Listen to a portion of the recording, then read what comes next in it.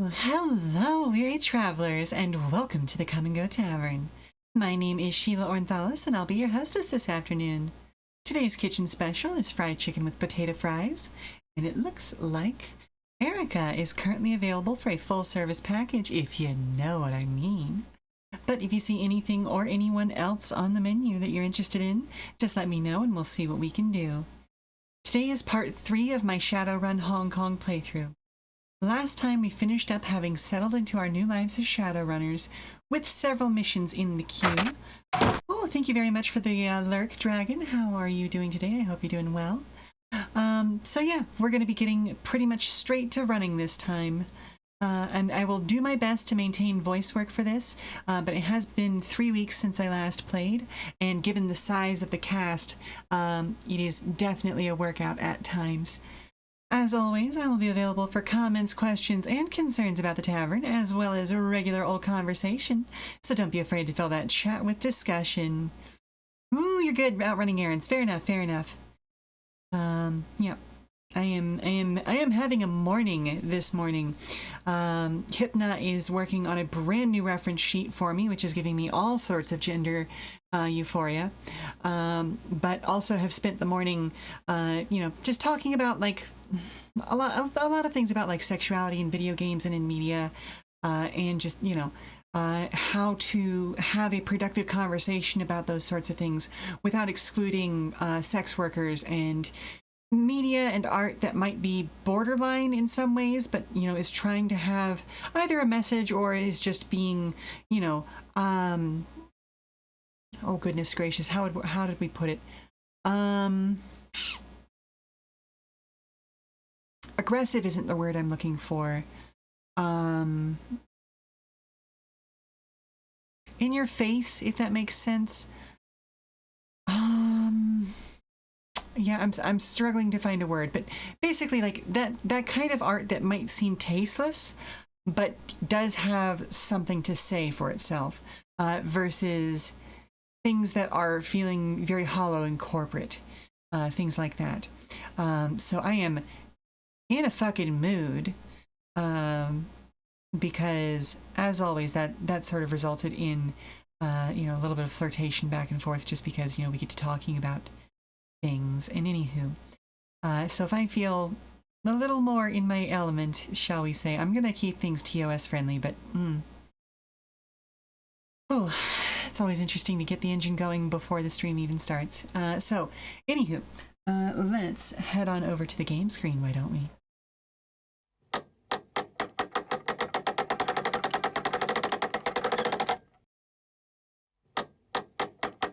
Heoi. It's hard to shake off the walled city. Its gravity clings to you as if its wretchedness itself had grown tentacles. The sounds of suffering subside, but their echoes still thrum your insides. Isabel walks quickly, regularly checking over her shoulder as if expecting pursuit from the buildings themselves. She hugs her cyberdeck to her chest as if protecting a small child. Wu pauses a moment and breathes a sigh of relief when you finally reach the streets. But returning to Heoi isn't like coming home. Suspicious looks and closed mouths accent on smiling faces that billboard a universal message. You don't belong here. Hello, Kiwi. Enjoy your lurk. Again, I don't know if you're on Gada's main server. Oh, you're also out running errands. Fair enough, fair enough. But yeah, no, I have had a morning so far. Wait, what is on the waterfront that wants me back up there?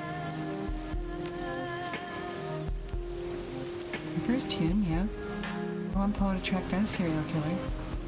The sky tower to damage, wishing incorporates feng shui.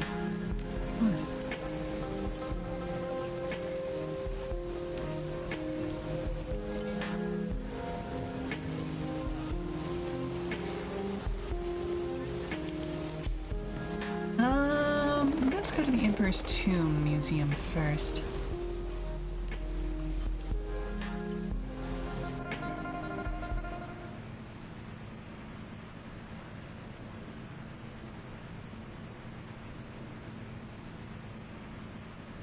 Oh, or we could just go top to bottom. The MTR doors open as you approach. Head to the Wampoa Gardens to discover who's killing the Wampoan elders. In addition to your team, your fixer has access to a small network of mercenaries in the Kowloon area. These runners appear below your core team on the runner selection screen and can be hired on a mission-by-mission basis. As you complete missions, both your team members and the available mercenaries will periodically gain access to new equipment and abilities. Any new items, spells, weapons, or weapon abilities that a runner gains will automatically be available to use the next time you take them on a mission. Oh, excuse me. So let's see. Isabel, Raptor, and Gobbet. Sorry, Duncan, you get to stay at home. I have favorites.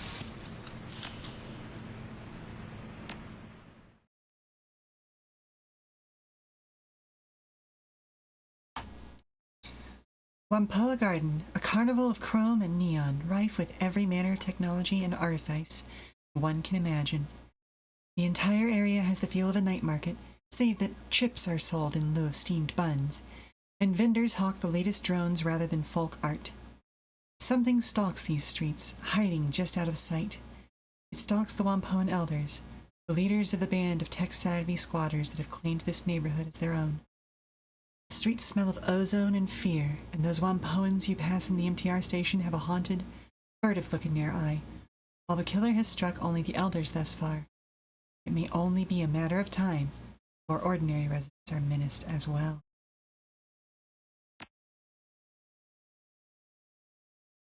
Okay, I've got my equipment.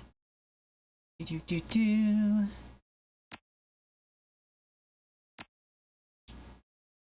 Okay, I think we're good enough.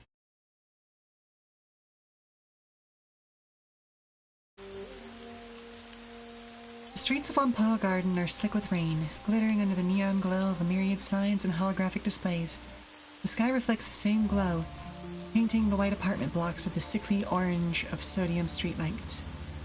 The smell of grilling meats mingles with others, rarer scents, ozone, engine oil, high-tech fabrication facilities. Despite the hour, there are plenty of people out and about. You can hear the calls of street vendors and touts, urging people into their stores. Isabel wrinkles her nose, scowling darkly. She wraps her arms tightly around her chest, staring off into the distance. Is that a word? Feeling nostalgic for a place you can't wait to leave again? I don't miss this place. I miss the feelings I had when I lived here. Saudade, maybe? Isabel shakes her head. No, that's not it. It's close, but... She lets the sentence trail off into nothingness, clamping her mouth shut for a moment. She sighs heavily. This place seems like heaven. After the walled city, anyway. Like the whole world had unfurled in front of me. Anywhere I turned, there was the promise of a good life. Turned out this place was just as crappy as everywhere else. Everyone was still in it for themselves. Gobbet claps a hand on Isabel's shoulder, who flinches and pulls away. That's a great life lesson, I'm serious. At the end of the day, life's a raw deal. You've got yourself and a handful of friends, and that's it. Nothing else. Let's see, he was Russian, so... A curious philosophy, Gobbet. Certainly no objective meaning can be applied to the human experience, but the sum total of culture and progress since the time of Homo erectus has shown that humans are capable of self-organizing into beneficial... Boring! Gobbet makes a show of yawning very loudly towards Raptor. Isabel turns towards you and points down the street to your left. We're going to the Wampoan elders. They're gonna be in the Wampoa itself. That's the big ship down the street. That's the mall shaped like a boat, right? Isabel nods. Lips pursed. That's the one. Somebody thought it would be clever to make it a uniquely shaped mall.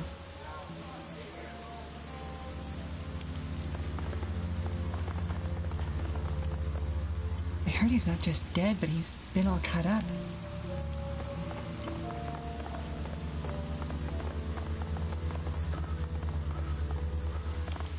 Let's see. see. We've got the Wampoa down there. Anything else to see before we actually head directly there, though?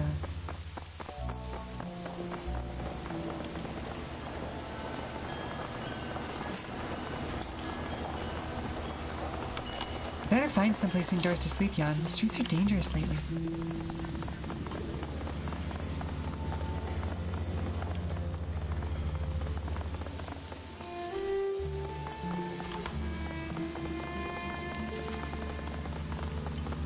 No, looks like they really want us to go here first.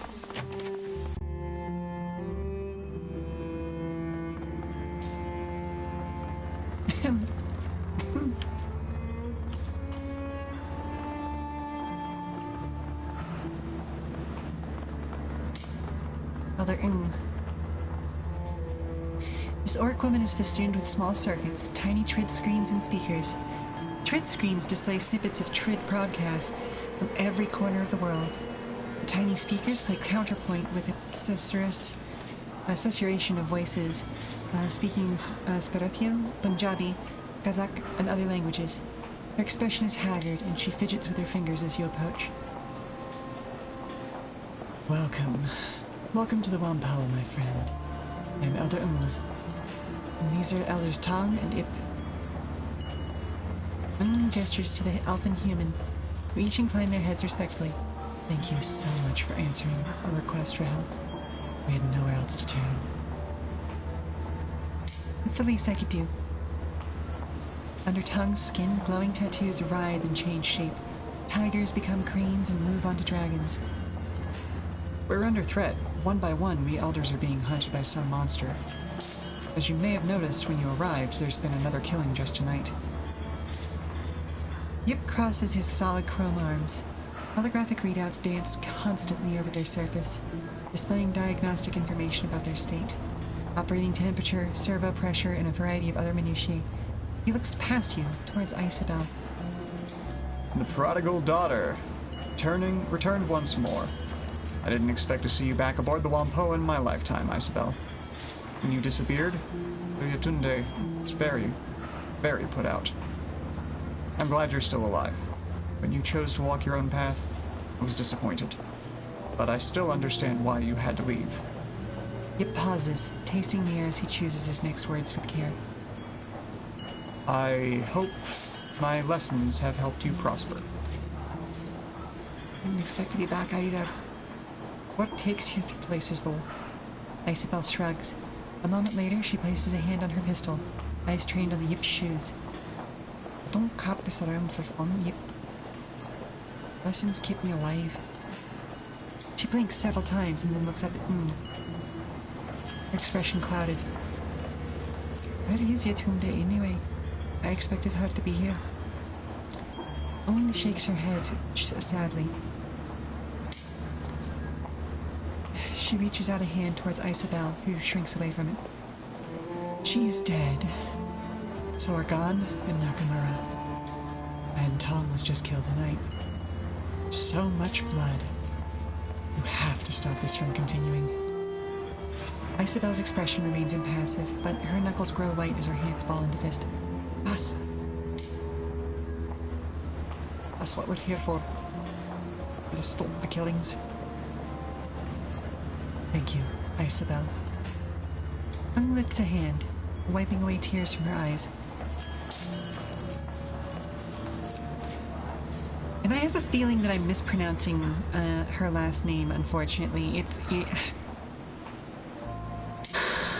Trying to remember which Southeast Asian language it is that uses that as a surname. But it's one, I know it's one that I've never quite managed to get the hang of. So, what can you tell me about the murders? They started 2 weeks ago.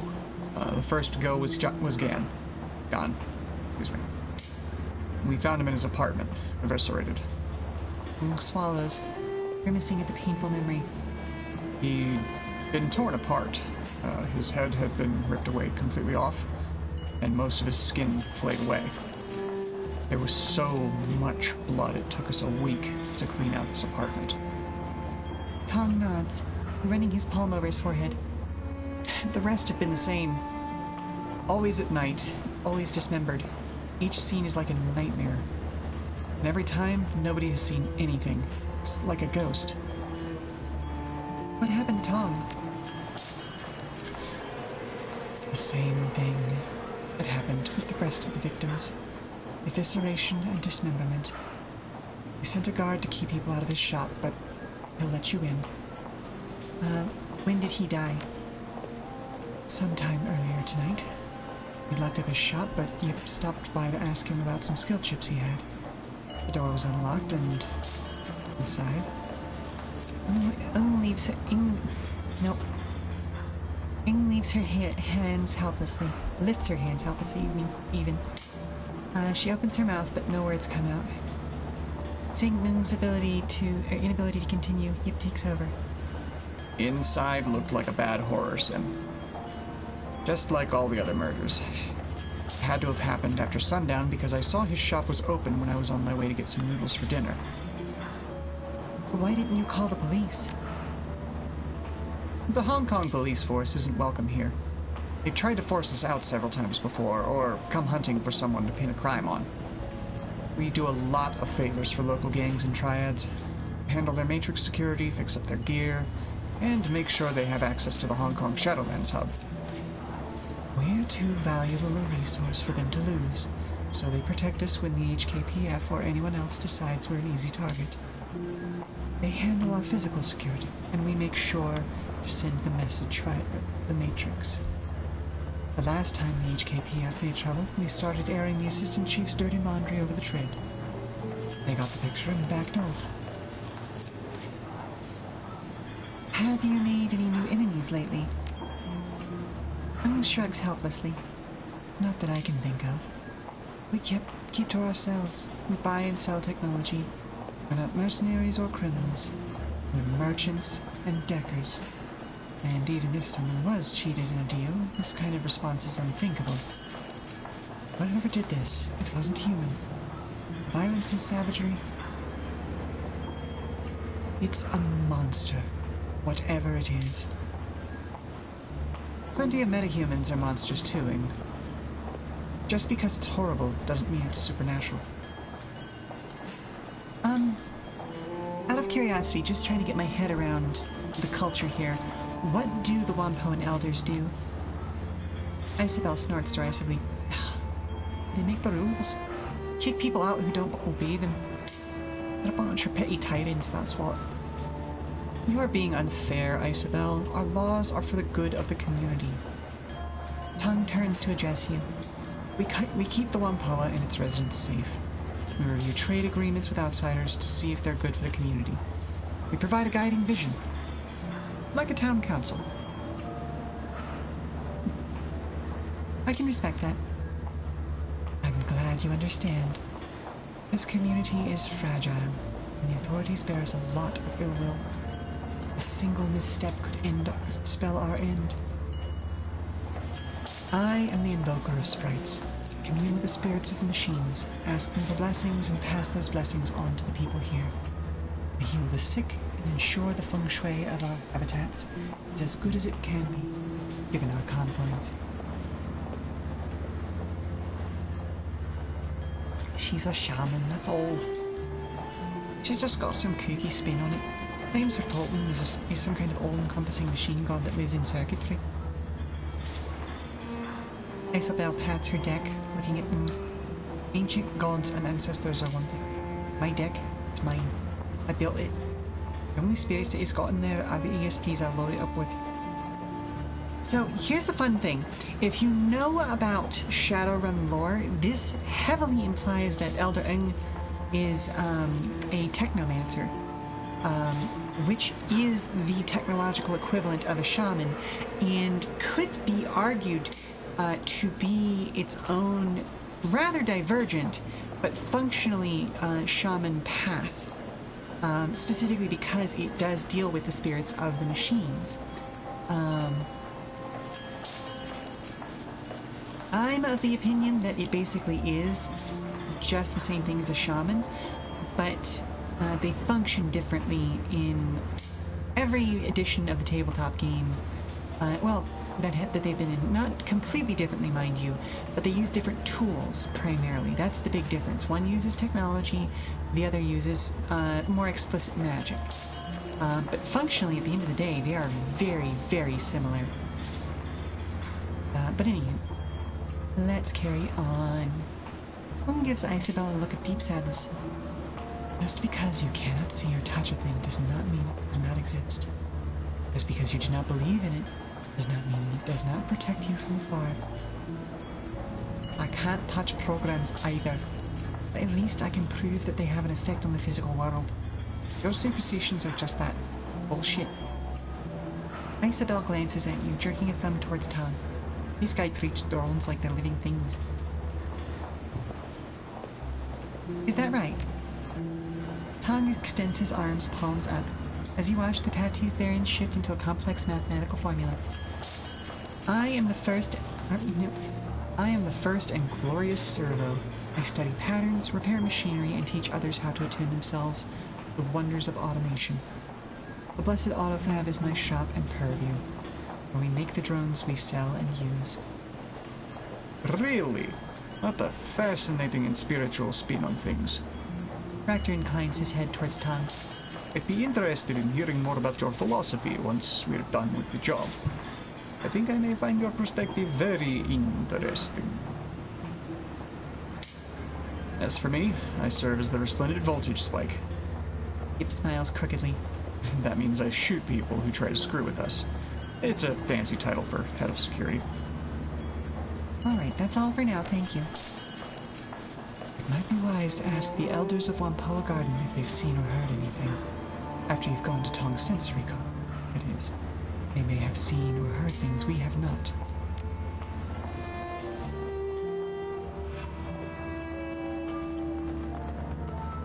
Okay.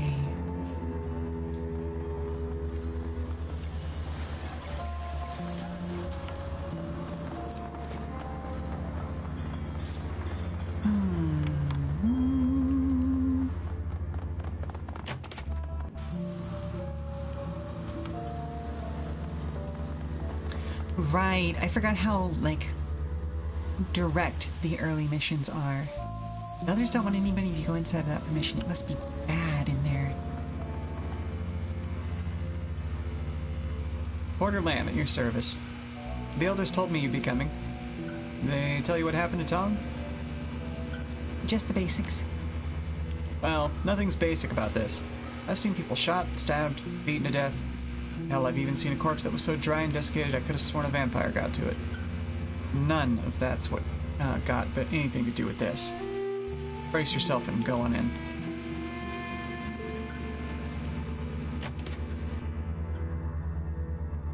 Tong's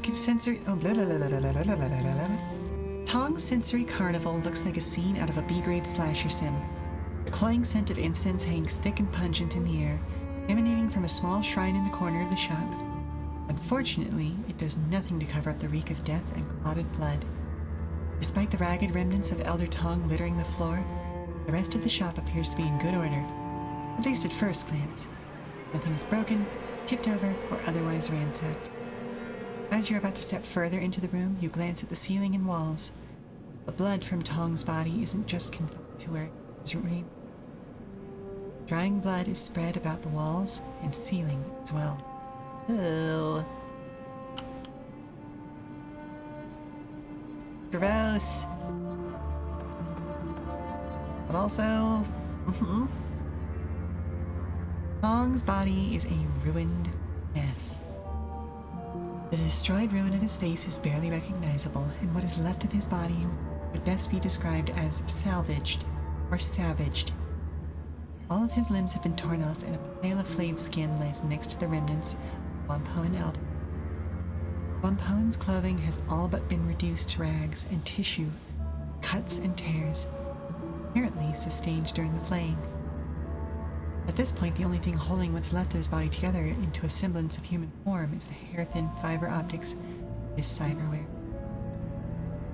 Gobbet puts a hand over her mouth, speaking in an uncharacteristically serious tone. Sweet heaven, madam. I haven't seen anything like that since Auntie Wong tried to stash some crud sticks in a devil rat's nest. It takes a lot to turn my stomach, but we sure have a winner today. This is seriously messed up. Curious.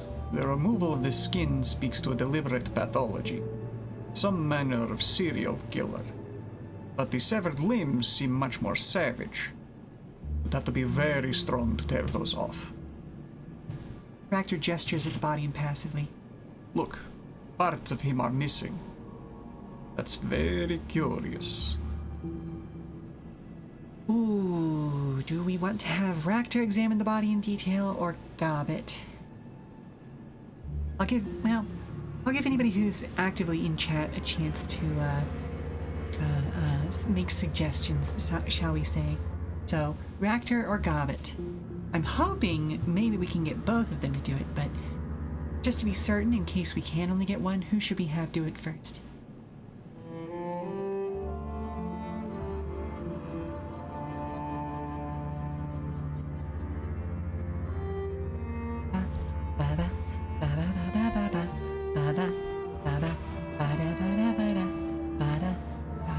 Actually, hang on, I have a name for this. Let's...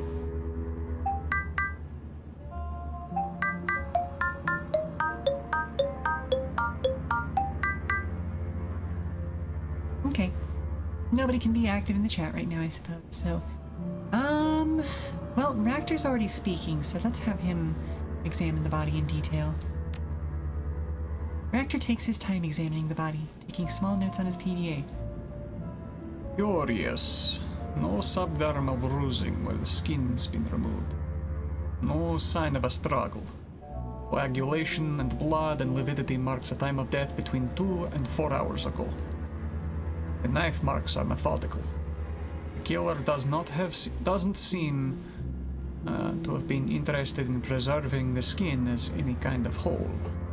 It was removed a bit like one fillets a fish. A path of least resistance. Some of the strips of skin have a more ragged edge than others.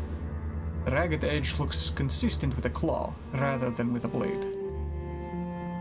He makes a curious noise as he examines the remnants of Tong's face and neck. His neck has been severed between the 5th and 6th cervical vertebrae. Scoring along the bone indicates a bladed weapon, the sharp one at that. Doesn't match any of the other wounds. Ractor stands and looks you directly in the eye. If I had to guess, I'd say he was killed with the blow to the back of the neck.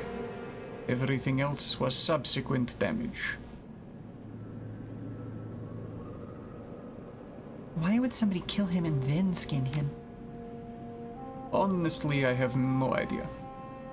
Perhaps whatever did the rest of the damage was secondary. An action of opportunity or the like. Without further information, I'm not comfortable guessing. Okay, good. We can have Gobbet assess the body as well. You're the boss. Man, this is gonna be unpleasant. Gobbet closes her eyes, taking a deep breath. After a moment, she opens them again and makes a strange grunting noise. There's no fear here, madam. No anger, either. Just this kind of satisfied feeling. Tong never saw it coming, and whoever did it was professional about it.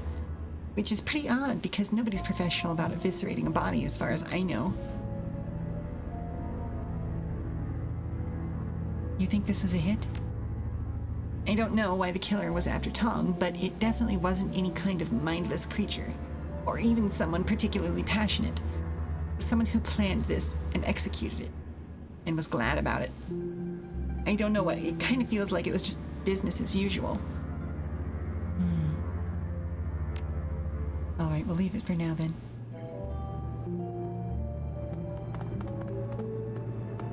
The walls are covered in splattered and smeared blood, most of which has hardened into a crusty, congealed paste. Thick tracks of it run laterally. Looks like the blood has been deliberately smeared. These blood patterns aren't natural, madam. The smearing here wasn't done by Tong. There's too much blood. The killer must have sprayed the blood across the walls deliberately. Why the hell would they do that? Perhaps they're like many serial killers. They see their actions as a ritual or as a work of art, and the victim's body was the medium in which they were working. Or maybe they're just crazy. Man, I've seen a lot of crazy people in my life, but I've never seen anybody crazy enough to think that they're going to make a Mona Lisa out of someone's teeth and guts. Thank heavens for that, too.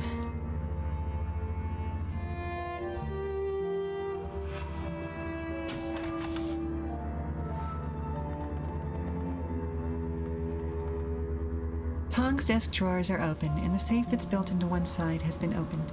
There's no sign of tampering, and the green light next to the word unlocked is blinking. Whoever opened the safe did it with a key fob. Inside are several blank cred sticks, but no sign of any with money on them. Looks like someone looted his stash. A guy like this wouldn't keep only empty cred sticks in his safe. Tong's bathroom is immaculate. Drains are tiny. Whatever killed him didn't exit through here.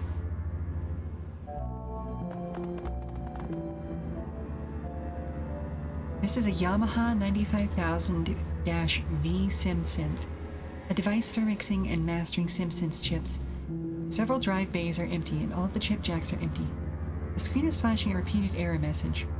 Warning, requested file cannot be found. Please return drives to bay and try again. Let's have Isabel debug the SimSynths. Isabel rattles out some commands on the SimSynth's keyboard, stepping away after a few seconds with a look of satisfaction. There. Put the drive warning on suspend. It's in diagnostic mode only though. Maybe we'll learn something, maybe not.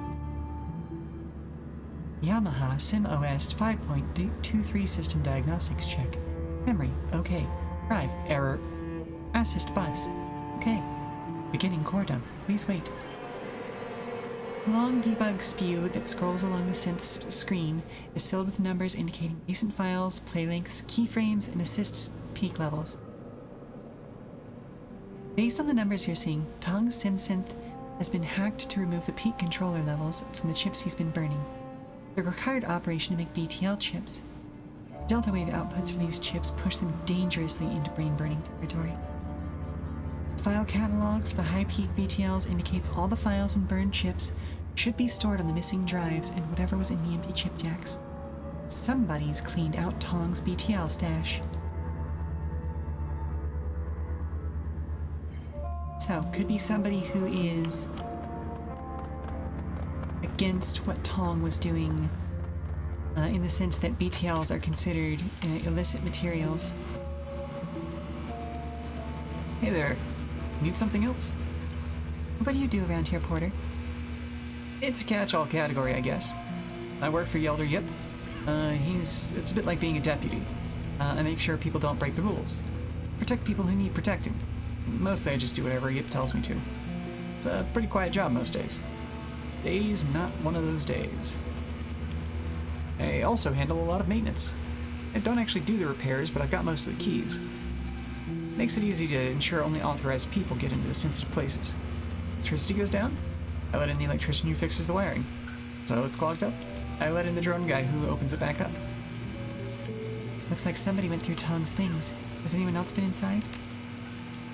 Not since I've been here. But before Yip found him? Could have been anybody, really. Yip had a key to his place, but the lock's total crap. Anybody half decent at cracking maglocks could have gotten inside. What's missing? His BTLs, hard drives, and cred stick are all missing.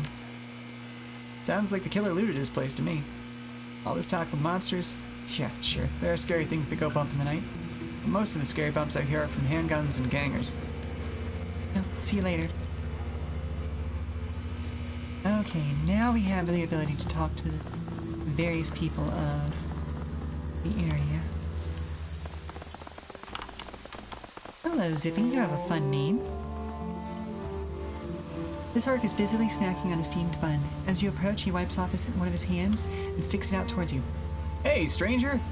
Nice to see you. Zippy Toe Tag at your service. How you liking Wampoa Garden? I'm Madam. Nice to meet you, Zippy. Nice to meet you, too. Listen, I know it's a little forward of me to just say hello and whatnot, but I'm interested in giving you a hand if I can. Zippy gestures expansively at the squalid, neon-lit streets of Wampoa Garden. This is my home, at least for the time being, and I'd like to see these killings. I'd like to stop these killings. We've never met before this, but I know exactly who you are. You're my replacement. The elders had me autopsy what was left of Elder Gan and Elder Nakamura. Mom, have you seen Mr. Grumbles? No, sweetie, I haven't. Where'd you lose track of her? Can you help me find her? Sure thing. Give me just a second to wrap up this part of the conversation.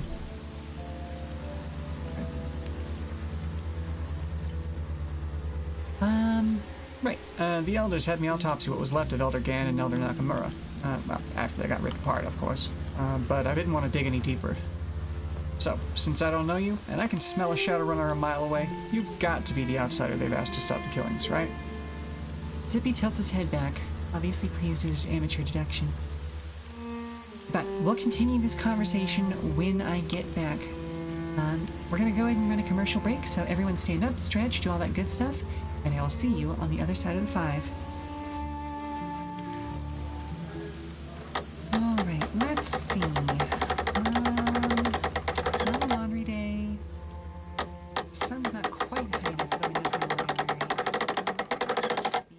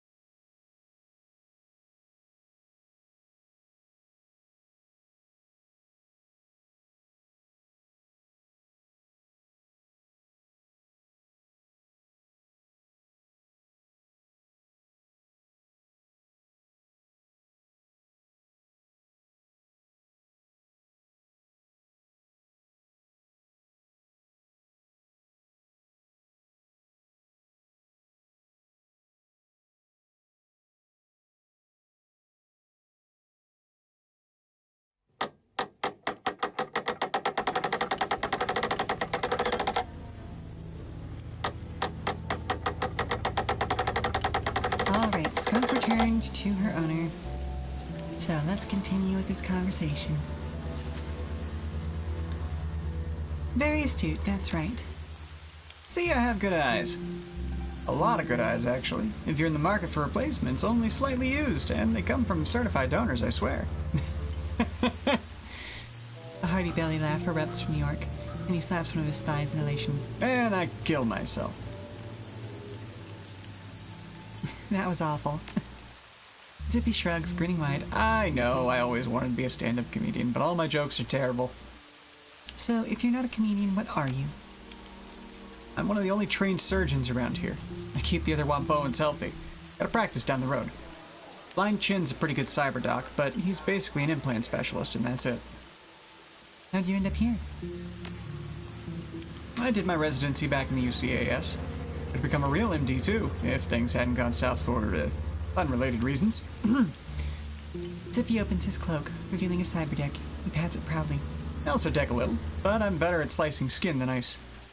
Wampoa Gardens seems like a good fit to me. You must have a lot of customers. That's the chip truth. I've charged to cover my costs and eat, but it's damn near free service. There's always a waiting list, but it's good, honest work. I like helping my neighbors and the community. Gotta look out for each other. Somebody messes with one of us, they mess with all of us. That kind of community is rare as gold these days. So many places have an ethos like us. Not the damn corpse, that's for sure. I've lived a lot of places, done my fair share of shadowrunning. But this place is... well, it's special. And it's been a long time since I really felt like anywhere was a real home. Zippy looks past you, toward the Wampoan Garden Street. His expression grows wistful, like he's remembering something from a long time ago. I'm sure I'll move again, but not for a while. I'm not done with this city or these people. So is it fairly peaceful around here? For the most part, yeah. Other than these killings, we don't really have much by the way of problems. We do information security for the Triads, and that makes us fairly impervious to anyone who wants to start trouble. If anyone starts something, we hit him in the Matrix, while our Triad friends hit him in meat space. Some small-time gangs have tried to push in here before, but they backed off when they figured out they weren't just picking a fight with Tong and his guys. Well, but with both the Red Dragon and the Yellow Lotus. Well, they got the message real quick. What was left of them, anyway. Well, let me ask you about Wampoa Garden, then. Sure thing. What do you want to know? What are your thoughts on the murders? There's a sharp intake of breath as Zippy shakes his head. Pretty gruesome business. Gan died from a broken neck. Looked like someone had wrenched it around and his arms and legs were cut off. Some skin played away, too. Nakamura had his throat ripped out by someone with pretty sharp fangs. Or, well, excuse me, teeth. First I thought it was a devil rat, but the teeth marks were all from something with a humanoid jaw. I didn't look at Yatunde. From what I saw at a distance, it was the same story. Didn't seem much point, since I'd seen it twice already. As for Tong, from what Porter told me, it was Gan and Nakamura all over again. You take a look at him yet? Yeah, it's the same as you described for the others. Zippy shakes his head sadly. Damn. I liked Tong. The BTL business is unsavory, but the man had to eat. And his regular Sims were great. Generally all-around nice guy. Friendly with everyone. Never had anyone mad at him. Ain't no justice, let me tell you. So, what can you tell me about the elders? Zippy laughs, shrugging. Well, they're an eclectic bunch, that's for sure. Where to start? Feng's is a spiritual leader around here. She's the voice of the Wampoans, I guess. A lot of her close friends are really more followers, since she's something of a priest for the machine spirits. Maybe it's a cultural thing for people who grew up here, but it's never called to me. Still, she makes a damn fine pot of tea. Keeps the muscle, and has the encyclopedic knowledge of cyber and bioware. Definitely a good guy to have watching your back. Not too friendly, but you know how it is. You get a lot of cyber, people start wondering if you'll tear their arms off. Zippy makes a chopping gesture with one hand. He's got moves straight out of Blood Carnival 3 The Reckoning. Terrible movie, but great fight choreography. What about Tang? I don't know much about him, but I think he's got some kind of fetish for automation. Found him cooing over some trids of automated delivery drones in a warehouse once. He works with drones, has a shop called the Blessed Autofab. He was raving about the efficiency of the movement patterns or something. You already know about Tong. M-Sims, BTLs, skill chips. Garen used to be a city planner before he had a nervous breakdown and got involved in statistical analysis. Zippy pauses to collect his thoughts. Nakamura came from Fukuoka and was interested in entertainment. Trid mostly. Spent a lot of time analyzing subliminals and ads. Then there was Magpie. She was the chief decker. Hot as hell against ice. And built her own hardware. Salty old woman, though. Never met anyone who was quite as shrill and nasty as she when she was mad. She was mad most of the time.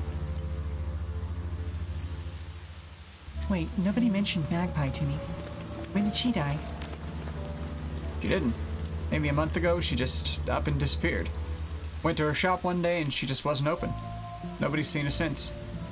Kind of a pain in the ass, too. Showed me some new analysis software she'd picked up. We've never heard of Magpie either. She must be one of the newer lump ones. If she was the decker, she would have replaced Elder Gao. No surprise there. Gao was older than Qin Chi Huangdi's Ergata warriors. And I was learning decking from him. He could barely get out of bed. Still fast as hell in the Matrix, though. How can you be new and an elder? Icebell rolls her eyes. It's a stupid name. It doesn't actually have much to do with time spent in the community. It has something to do with it, sure. It's mostly about how skilled you are, how good your connections are, and how much you can help everybody else. Should have called them experts or something. Bingo. That's exactly it. She was only here for about 3 years. But she knew a lot of people all over the Matrix. In Shanghai, in Beijing, all kinds of places. That plus her skill meant she was a shoo-in when Gao died. Why would she disappear? No idea. One day she was here, the next, poof. Gone. At first I thought she was just on vacation, since she had mentioned wanting to see the Kingdom of Heoi someday. But it didn't feel right.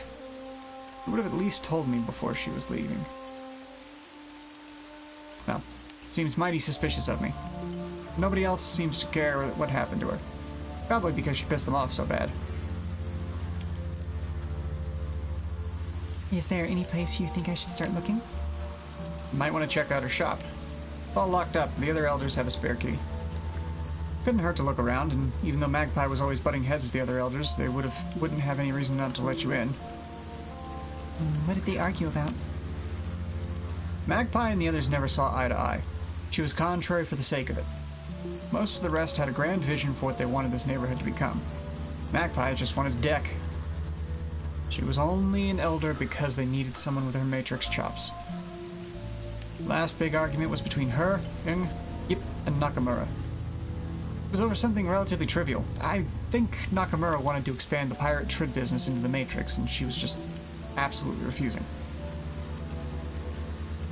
Why did she refuse? She said something about not using a valuable bandwidth for trivial entertainment bullshit.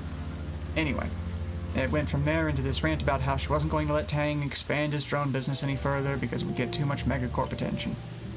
They accused her of blocking them just because she could, which is probably true. Lots of screaming. What do you mean, blocking them?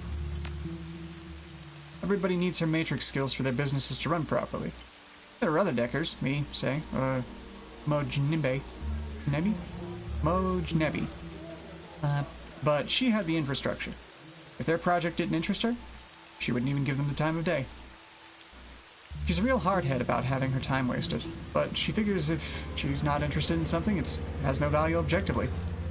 Kind of a major blind spot, if you ask me. Sounds like she was critical. Well, yes and no.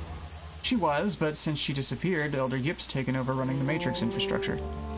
He's not as good at it as she was, but his experience with drones makes him the best candidate. They wouldn't entrust something like that to anyone who wasn't an elder, so there you go. You know, it looks like Tom was killed by a blade, not a broken neck or bite. Zippy recoils, shuddering against the rain. What kind of blade? Was it a knife? Sword? Maybe an axe? I don't know, but he was attacked at the back of the neck. I don't like that at all. Zippy shivers, looking warily out around.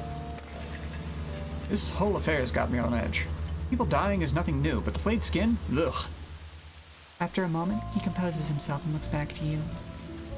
Sounds possible that whoever's been killing the elders is trying to muddy the waters. And with, well, all the blood and gore business, this is the crime of an intelligent, careful killer. Be careful. This investigation might take you somewhere very, very unpleasant. See you later, Zippy.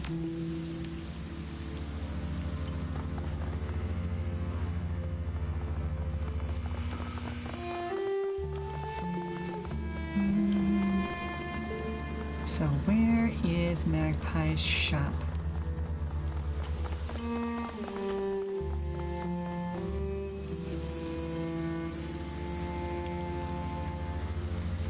This dumpy-looking man is busily hawking a variety of grilled spherical treats of various sizes. Some are sold individually, some are skewered on sticks, and some are packaged up in sets of 4 or 6. A sign on the front of the cart reads, Kata's Wanyan Yatai. A cacophony of small trid screens are attached to the cart, each playing a different trid show. Interest you in some dango? Takoyaki? Maybe a nice nikomon? That's a pork bun with a Japanese twist. Any kind of tasty Japanese treat you can imagine, I've got it. Maybe give you some curry fish balls that are your speed.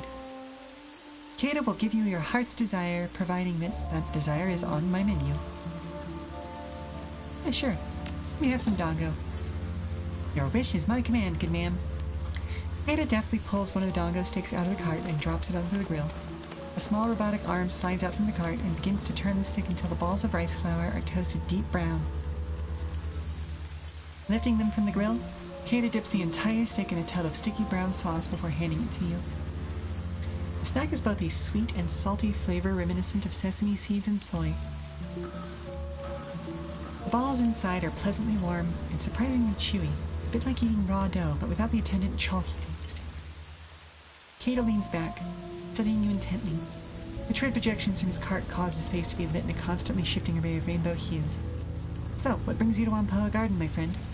Somehow I doubt it's just the street food. I'm looking into the killing of the Wampoan elders. Kata shivers, wrapping his arms around his body. I've been hearing a lot about that. I haven't looked too closely, though. It's just none of my business, you know? So what can you tell me about the people here? We're tech heads, deckers, riggers, trid pirates, and everything in between. If I had to define this place, I'd say it's Asia's mecca for people like us. As for the elders, I can give you the basics. I'm a small fry, so we're not exactly on social terms. Ming's some kind of crazy tech witch. She summons up spirits and casts spells and works as the spiritual center of the tribe. She's a lot craftier than she seems, too. She has this mother-to-everyone act going on, but I've watched her manipulate people into doing all kinds of stuff they wouldn't normally do. And they thought it was their idea the whole time. Magically, you mean? No, I don't think so. She's just really good with people. Yip's a killer, addicted to cybernetic implants.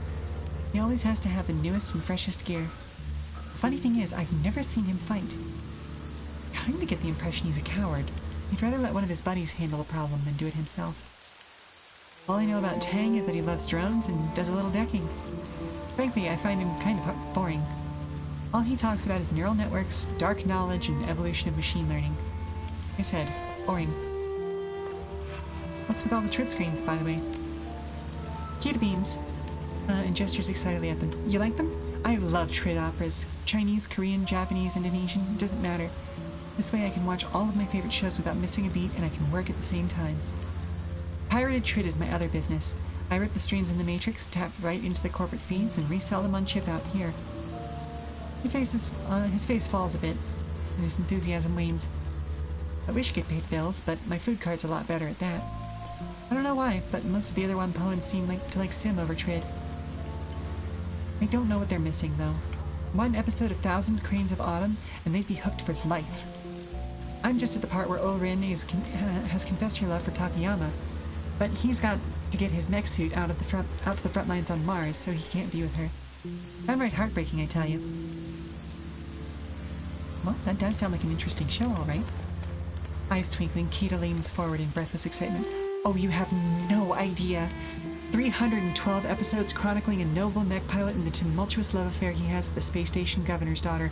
The pathos, the majesty, the Battle of Lagrange 1 spans 5 episodes just by itself.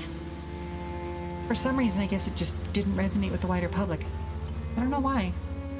Who doesn't want to see a Trid show about giant flying robots, love, betrayal, and spies? Honestly, I'd be down for that. I've got to stop myself before I get carried away, though. Was there something else you needed? Well, do you have any thoughts on the murders? Yeah, ignore them. Ada shrugs indifferently. I saw the crowd down at Tong's Sensory Carnival earlier tonight, but I didn't know the guy very well. I'm a Trid fan. He liked Sims. Not a lot to crossover between us. Well, see you later then, Keita.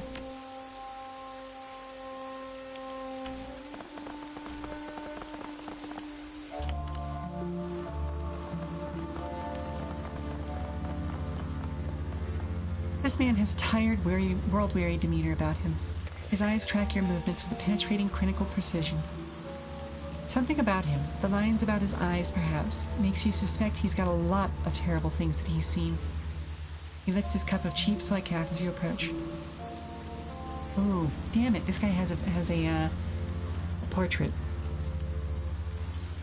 Let me guess, you're freelancers the elders are paying to look into the murders around here? That's right. Who are you? Call me Demergo. I'm not one of the Wampoans, but I've been here long enough that they don't think twice about me being here. Demergo drains the last of his soy calf in a large gulp. So what have you found so far? What's it to you? Professional curiosity. I used to be with the New York Police Department as part of their thaumaturgical research division. Part of the CSI branch, except I did the magical investigation while the other guys pulled prints and checked blood samples. Demergo tosses the soy calf cup toward the nearby garbage can. It bounces around the rim and rolls inside. Good shot. When I hear about shit like this happening, I keep my ear to the ground. Old habits, you know?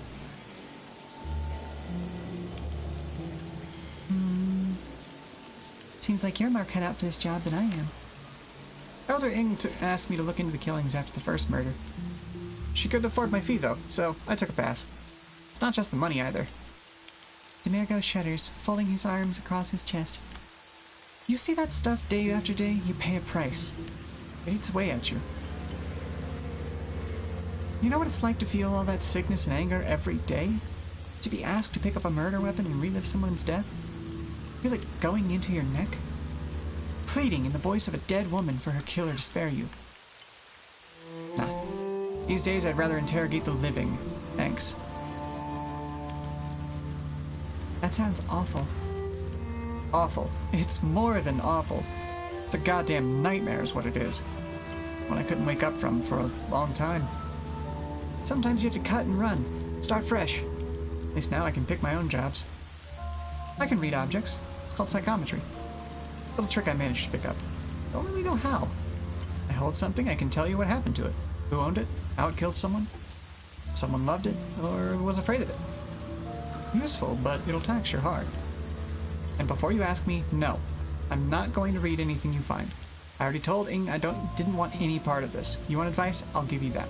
I'm not getting drawn in further than that. So, aside from that, is there anything I can help you with? Well, what can you tell me about the Wampoans? I don't know much. Even though I've been here almost 2 years, I'm an outsider. I don't really accept anyone who's not as much of a tech nut as they are. It's just the crazy mage that lives down the road, you know?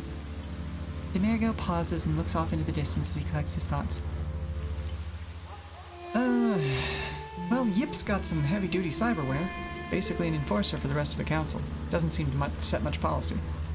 Ing is a shaman that worships machine spirits. It's all a bunch of hokum if you ask me. Magic is magic. Whatever you want to call the source is fine by me, but don't ask me to believe in a great spirit of electronics. As for everybody else, they tend to be an okay bunch. A bit strange, but that's fringe culture for you. They scrounge tech, rebuild it, sell it off. Well, they even have their own autofab shops. Their stuff's pretty high quality, too. And people from all over Asia come to shop here, if they need something rare or unusual.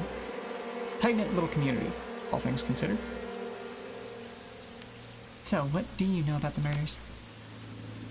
They started a couple of weeks ago. Elder Gan was the first to go. That's when Ing asked if he could look in, or if I could look into them. He was ripped apart, arms wrenched out of their sockets, skin flayed away with a razor-sharp knife. The rest have been the same. Whatever did it didn't care about it being a clean death. Demerga lowers his voice, leaning in toward you so that only you can hear. You know, the funny thing is, the Hong Kong police force was out here a few weeks before that. Maybe a month ago, tops? I know that doesn't seem like much, but the Wampans don't usually let the police in here. That by itself is odd enough. But it gets even stranger. The officers were loaded for bear, too. Big guns and heavy armor with NPC seals. It works. They went into the parking garage near here, and there was, I don't know, some kind of gunfight. Never made it back out. When backup showed up, the Wampans chased them away. Why would they let cops in and then chase them away? That's exactly the kind of question you should be asking, and that the elders refused to answer when I asked. Demerga shrugs. Go take a look for yourself if you want. Watch out, though. A gang's taking up residence in there, dealing drugs and BTLs. They call themselves the Red Spear. Not too violent if you don't push them, but be careful what you say. Tong wasn't afraid when he died. He was caught by surprise. Demerga arches an eyebrow. That's not what I would have expected. With the amount of mess at each scene, the victims should have been left behind a hell of a lot of fear and pain. You sure? Very sure. Tong died tonight, so the astral signature hasn't had time to fade. There's only a sense of perfunctory accomplishment. Then it sounds like this wasn't a crime of passion. A planned attack like that would have that kind of resonance in my experience.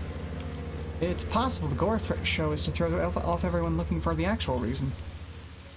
Demerga closes his eyes and starts to nod. Yeah, if I wanted to kill someone and get away with it, I'd try and point the finger at some kind of monster. Demerga opens his eyes and smells a thin, humorless grin. Basic Investigation 101. It's usually the simplest explanation. But don't discount other possibilities. So you think the mess wasn't incidental? Yeah, it's a possibility. Ask yourself this. If the mutilation happened after Tong's death, why would a killer perform that kind of ritual?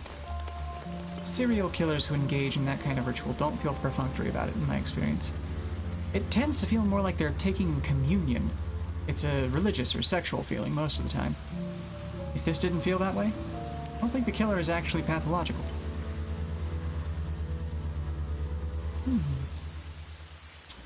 Well, another thing that we know is that Tong was killed by a bladed weapon.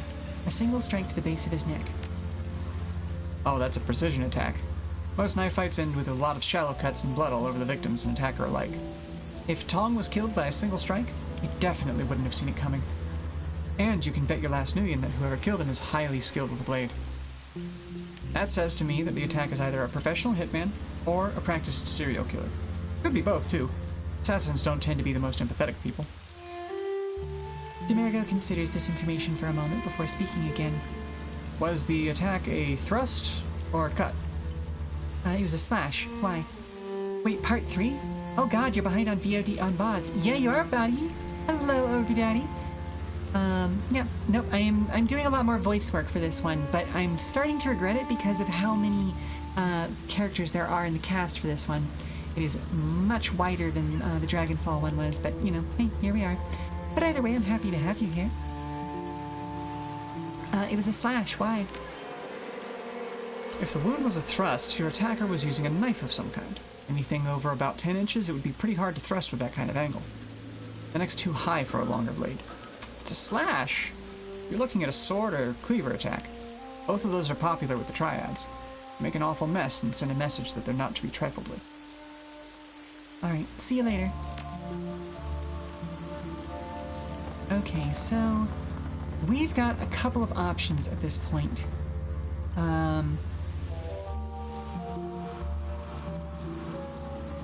We definitely want to get the key to Magpie's shop. Then you are a person stronger than I. Voice work for these is challenging with the breadth of characters. It is, it is.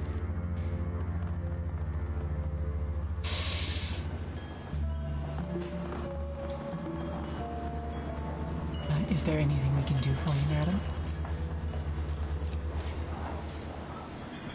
No, I'll be going for now. I'm not sure that I want to tell them that I'm working on an angle that includes Magpie's shop yet. This woman sports a brilliantly hued hair that shifts colors, scintillating with every passing moment. She's powerfully built, a natural athlete, or someone who works out a great deal. Notably, a large shotgun rests on an arcade cabinet next to her. She affords you a short glance as you approach. When she speaks, you note a peculiarly lyrical accent to her voice. Something I can help you with, friend? They're slowing me off my game, and I'm trying to beat my best score. Tank War Europa? I haven't seen one of these cabinets in years. The woman's mouth twists up in a wry grin. Aye, me neither. Managed to find this one near by accident. But I hear the music and thought, hold on there, Rainbow. You know that tune. After a few moments, Rainbow's game is suddenly over. Her tank's obliterated by a barrage of air-to-ground missiles. She hisses her breath in through clenched teeth. Piss on no ma. A right robbery that was. Right then. Rainbow shakes her head again and turns to face you fully. You don't seem like the Pollens. They're all a mate touched there, yeah? Maybe you are too.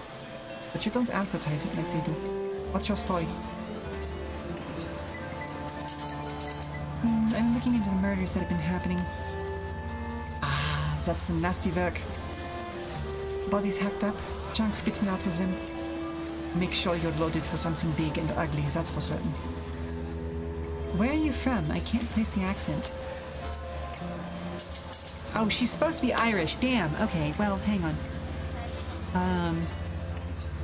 I was going with, like, vaguely, Western European mainland. Born and raised in Dublin, down on the banks of the Liffey.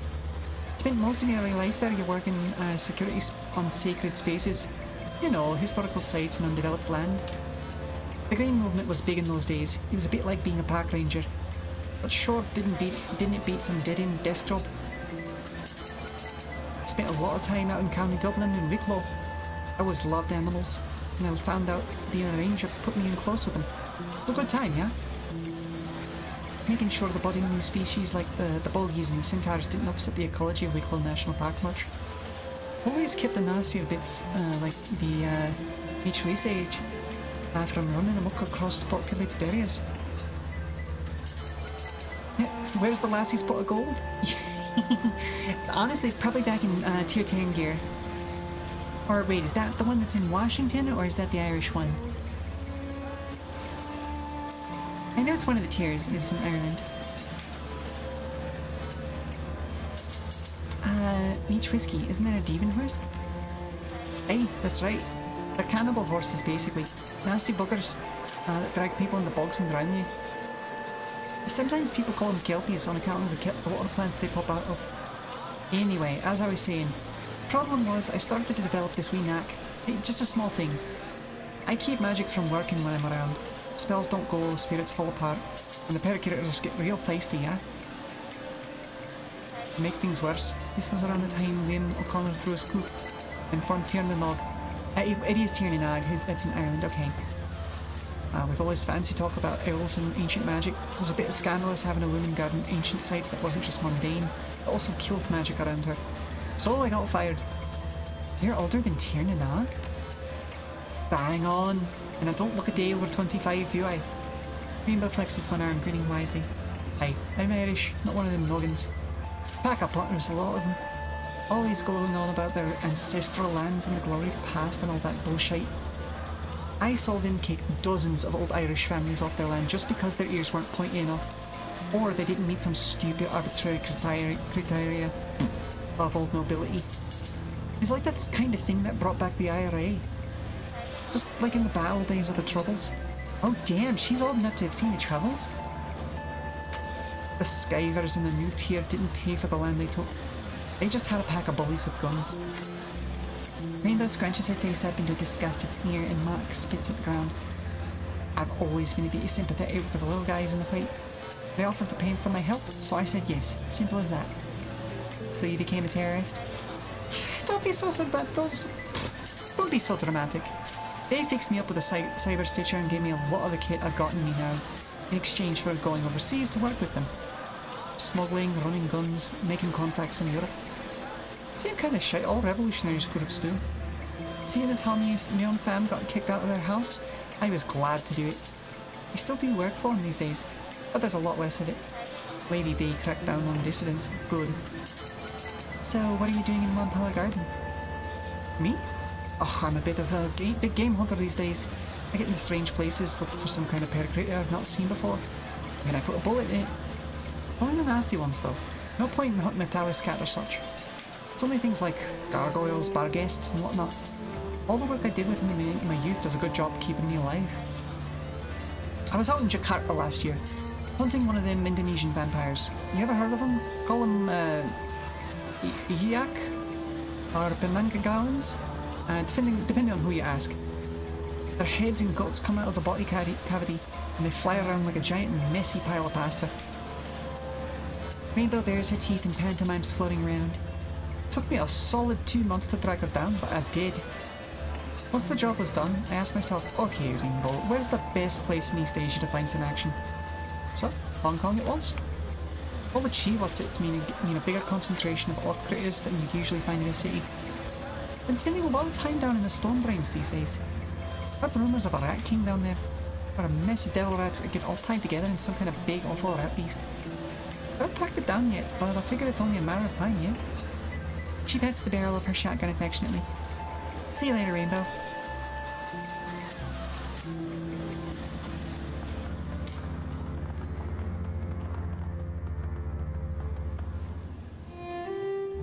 Welcome, madam.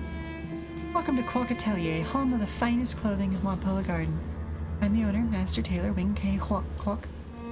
How may I serve you today? Oh, I didn't expect Montpellier Garden to have a tailor's in it.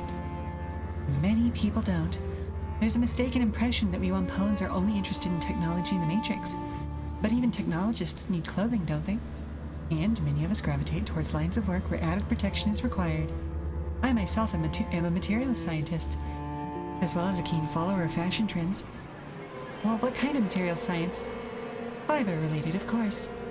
Primarily aramid fibers, graphene composites, and dilettantes. Hello, Mother! How are you doing today? But defensive as well. Oh, it affords me a certain unique perspective when designing clothing that is not only beautiful, but defensive as well. I specialize in high-fashion body armor, similar to the kind crafted by SecureTech and Vashon Island, but with a much more personal touch. Let's see what you've got. Nothing that I can afford right now. Good to know. But I'll come back and check it out later when I have money. Got back from shopping, deciding what to do yet. Fair enough. Well, we are here, working our way through the mystery of some people getting absolutely torn to ribbons. The owner of the shop barely looks up from his PDA when greeting you. His tone is of immense boredom. Welcome to Minvong Matrix Materials, aka MVMMM. Can I get you? Well, show me what you've got for sale.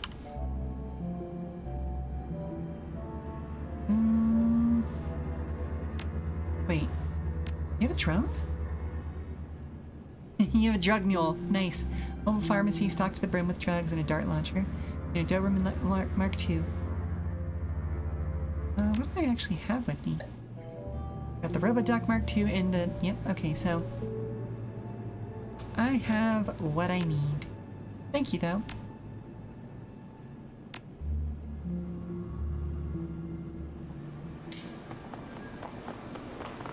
Nothing in the corner over here. I'm gonna drop a save here. Because... I want to know if I missed an opportunity to open the one lady's shop somewhere along the lines, or if I actually have to go through her, or through the elders to get it unlocked.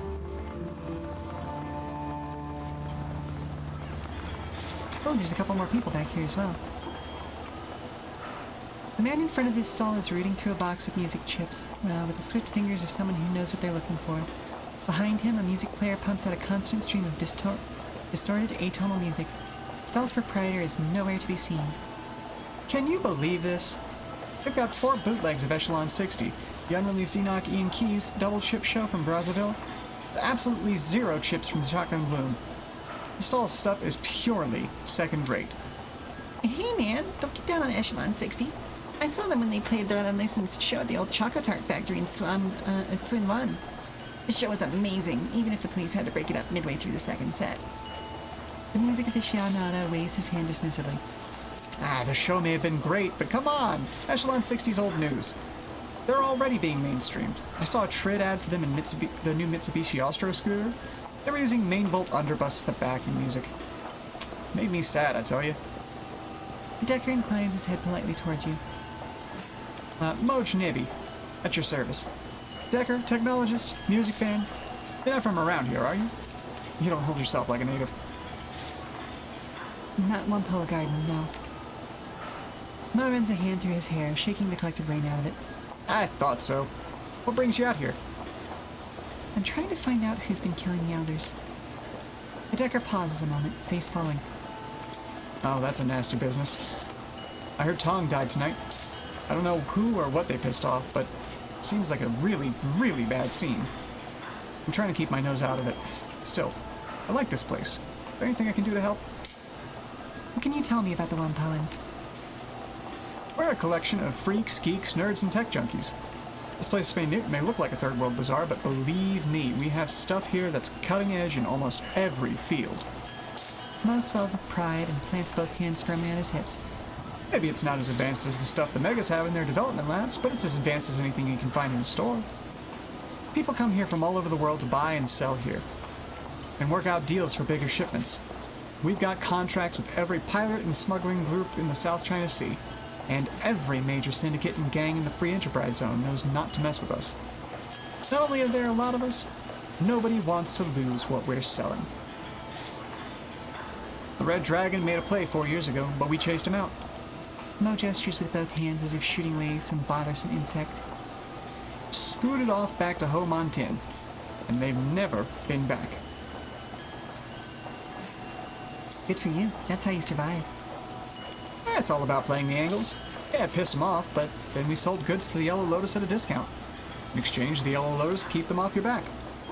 You don't have to beat up the big guy to win. You just have to make him step back so the other big guys see he's off balance. Stand-up fights are for the Megas. We're about survival. Just like everybody else in the shadows. Know anything about the murders? I'm trying to stay as far away from it as possible. I'm not connected enough to hear anything important, and all the talk about monsters is just plain dark. I'm not afraid of monsters, but I don't want to get in their attention. All I know is that a couple of months ago we had Elders Nakamura, Yatunde, Gan, and Magpie. Now we don't. I've heard about Magpie. Sounds like she was kind of vicious.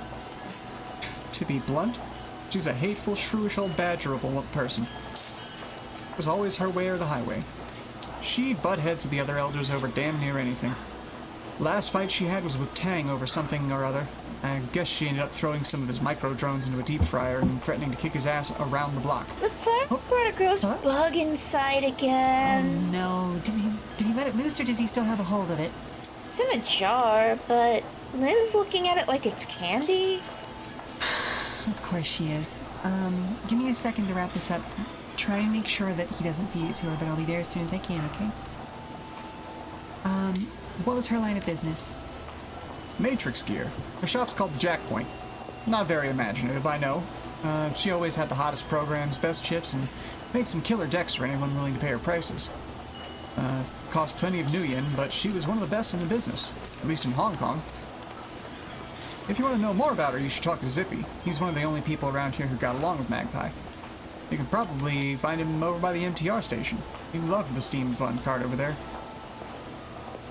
So what's your area of expertise?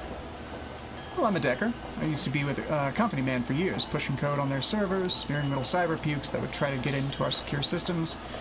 Made a pretty good living. Had my own place on the 48th floor of a corporate skyscraper. It's the kind of thing the Sims teach you everybody reaches for. The dream life. So what went wrong? Well, I found out the company wasn't what I thought it was.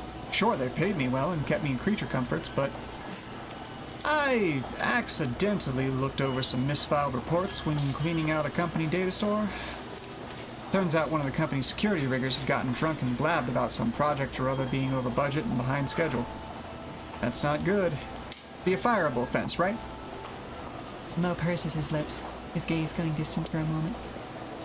Well, I guess upper management was worried that info would hurt their stock ratings by a fraction of a point or two. So they fired the guy. With a 308 round, right through the skull. Should have known that's how the corporations handle problems. Well, I sure as hell know it now. You get a wake-up call like that, it really opens your eyes. It may have only been a fraction of a point, but that was still tens of millions of new yen. I guess that went beyond a firing offense, directly into murder territory. What's worse, since I now knew about both the project and the murder, I could be next on the firing line. I knew I wasn't worth the expense to hunt down as long as I kept my head down, so I came out here looking for like-minded deckers. I guess I ended up staying because I could, get a semblance of community out here. Couldn't get that any other place. See you later, Mo. Okay, well, I'm gonna go make sure that Lynn does not eat a bug. But we'll be back in about 5 or so minutes. I'm gonna run a commercial, so everyone stand up, stretch, do all that good stuff, refresh your drinks, and I will see you all on the other side of the commercial.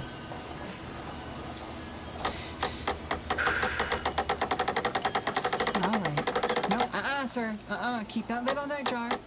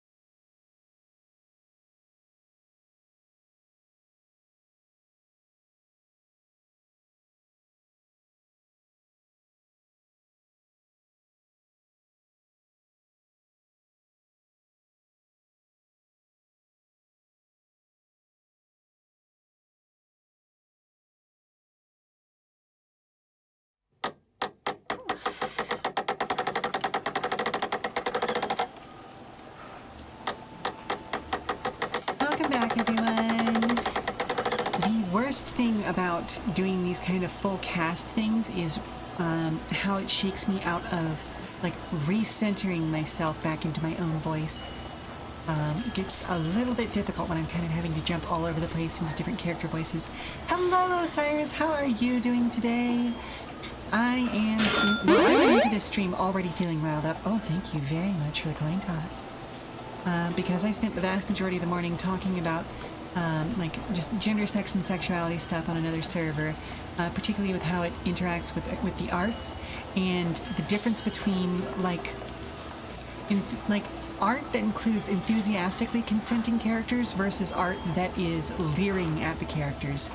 Particularly if anybody saw the trailer for Stellar Blade Blood Rain last night, you're streaking it. Nice weather.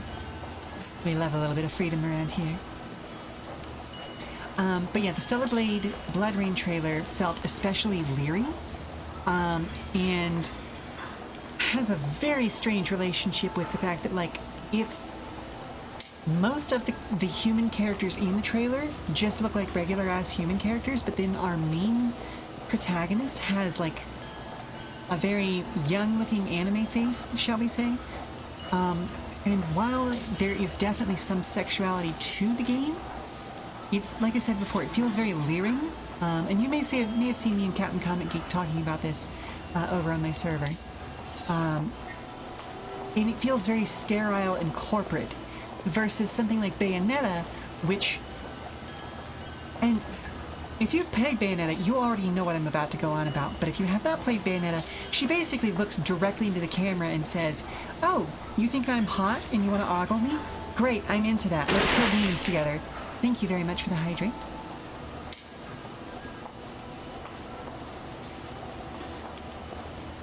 And then Bayo proceeds to be incredibly sexual across the entirety of the 10-hour or so campaign of each game.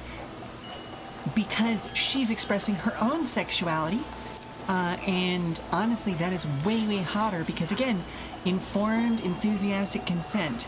You know, everyone involved in this is clearly an adult and actually, like, enjoying being there.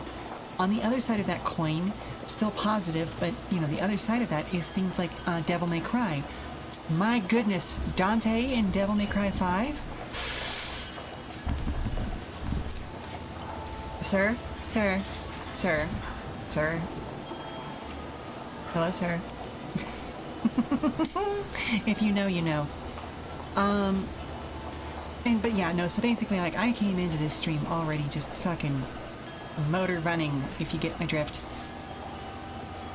Whew. But anyway, let's get back to the game.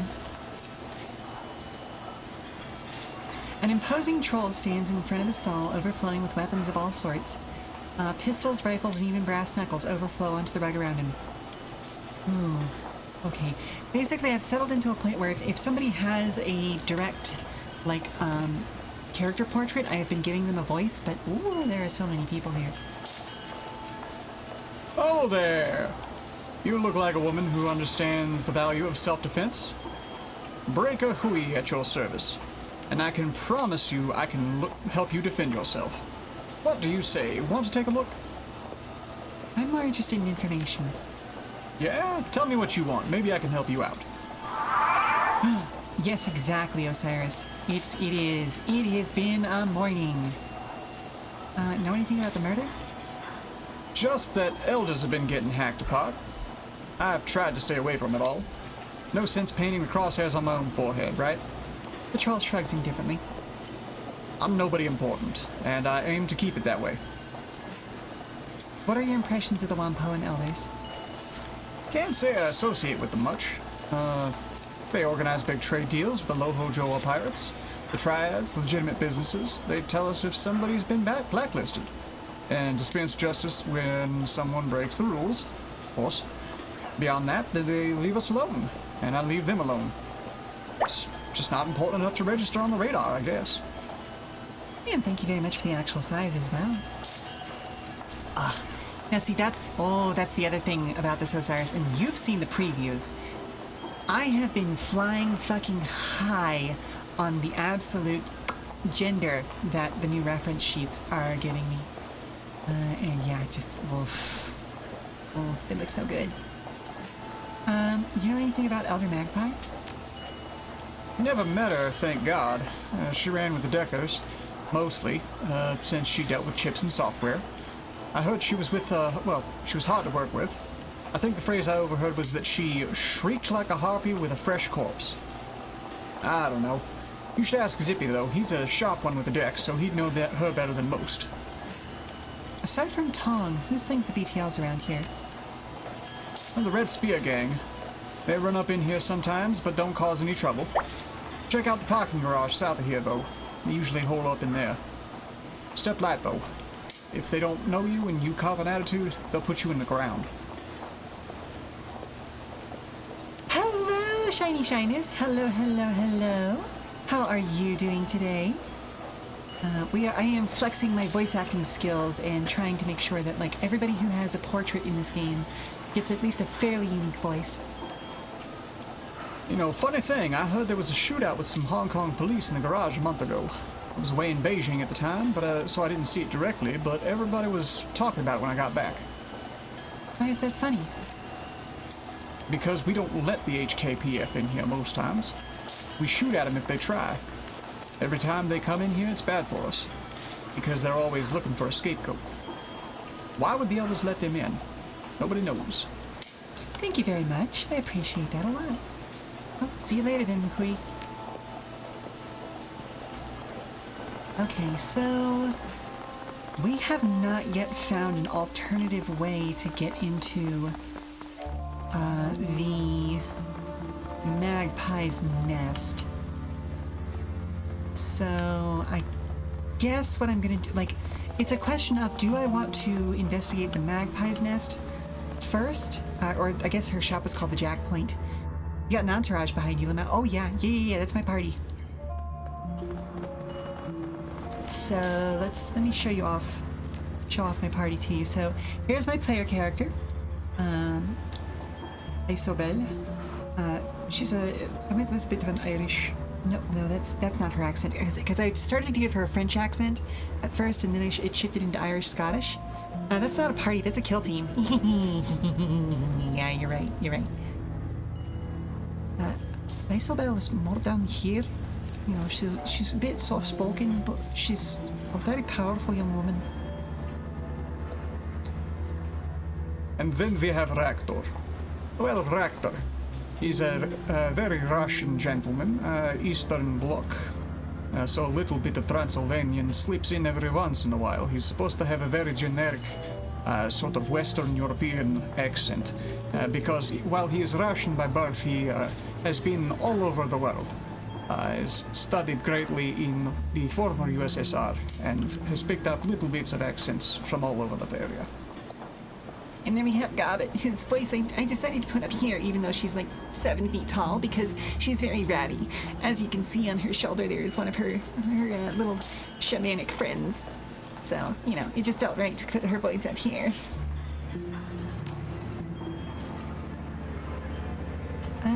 But yeah, let's... Again, we have a lot of information, but I don't know, checking out the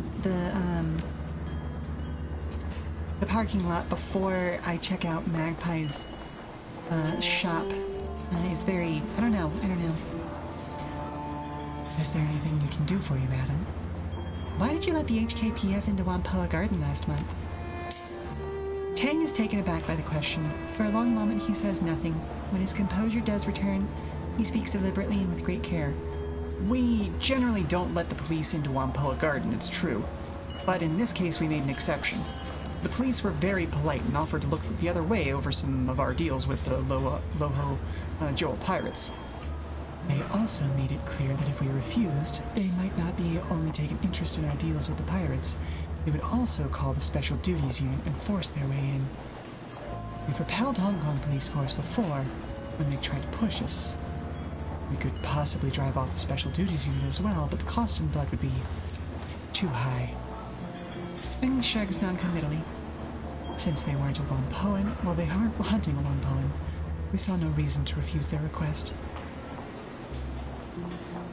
Well, who are they here for then?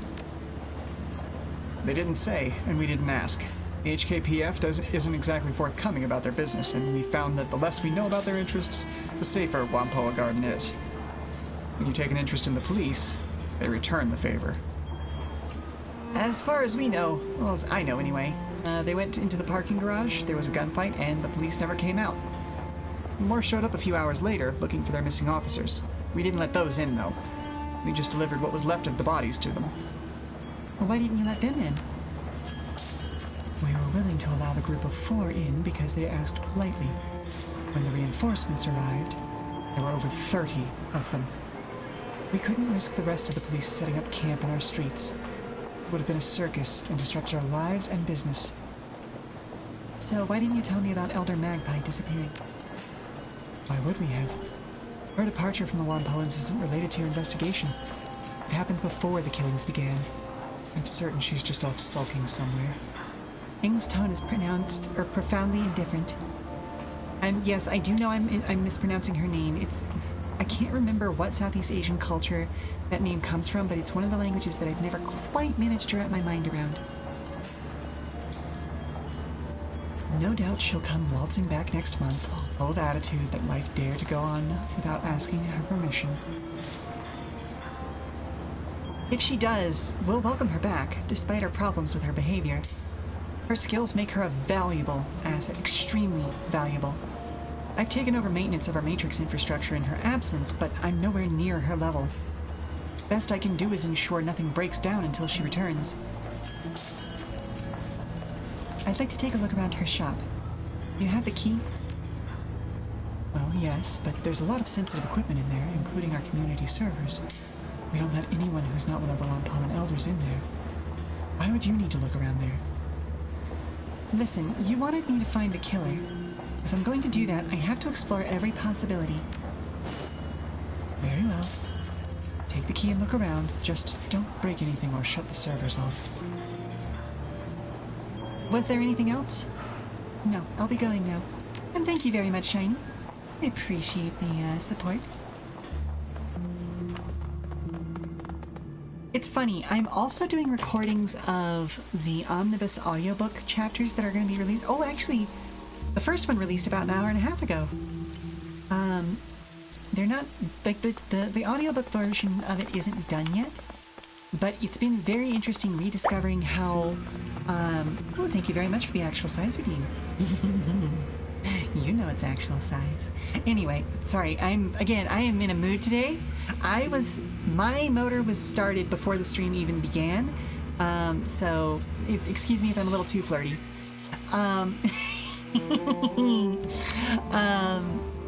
But no, it has been a reminder that I am decent at, like, dialogue voice acting, but that my narration needs work. So yeah, it's been fun exploring, and so hopefully, like, games like this one that are so text heavy will help me with this. Ew, Sheila being too flirty, that's so awful. Listen, buddy, you can have too much of a good thing.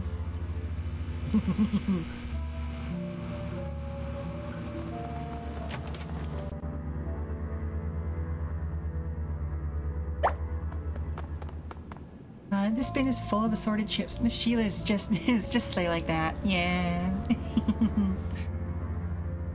This bin is full of assorted chips, peripherals, and add-on modules for cyberdecks. They don't seem to be arranged in any coherent fashion and are spread out across the felt surface. Let's search through the bin. You sift through the display case, searching for anything that might prove interesting. Isabel peers past you into the bin as you search. That's interesting. It's a lot of storage memory, IO handlers, and... Whoa. Thank you very much for the paraglare. There's a lot of storage memory, IO handlers, and active memory in this bin. I'm not seeing much MPCP hardware though. Response in increased shapes or anything related to the hot shit decking Magpie was supposed to be into. In fact, you couldn't even build a full deck with this. Without the MPCP, it's just a glorified comlink. That sound has you shook as what was that?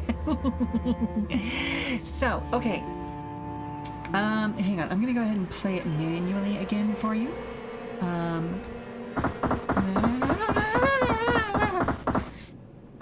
It is an old, actually it probably is an old meme now that I think about it.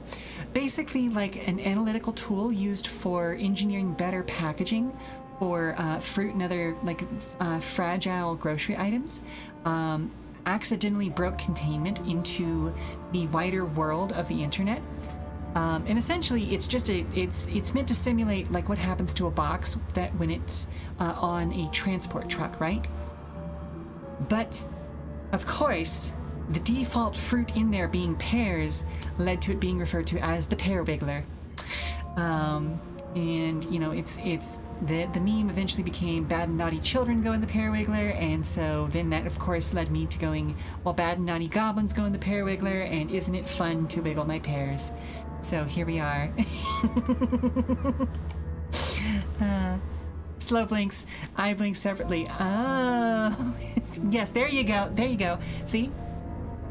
Pears.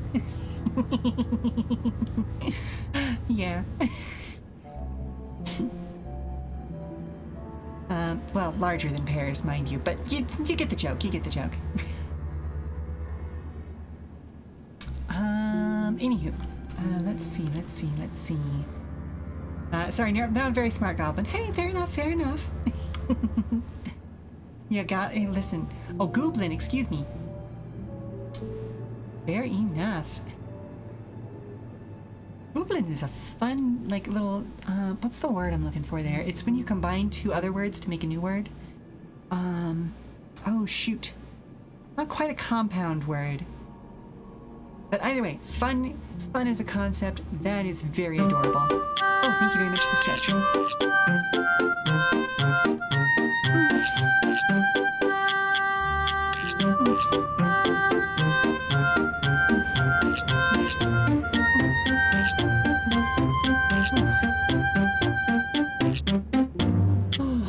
Got some good back pops out of that, and my shoulder's actually feeling okay today. Hopefully that'll keep up. Portmanteau, that's the one. Thank you, Osiris. Okay, so where were we in Isabel's thing? Without the that's interesting. Okay, yeah, her voice is down there. What do you think it means? Well, if I had to guess, I'd say somebody's cleaned her out. MPCP, response, increase, biofeedback filters and all that. Well, they're easy to move, expensive, and highly illegal. All the rest of this crap is good, but it's nothing you couldn't pick up at any electronics shop. You'd have to know what you're looking for, though. Only a good decker would know what they're seeing. I feel like I'm not quite nailing her voice today, but you know, we'll see if I can sort of ease into it. Could Magpie have taken them with her? Isabel gestures towards one of the other displays. A pair of small cyberdecks sit inside the locked case. I guess so. If she did that, why would she leave the completed cyberdeck? No, I think this was theft.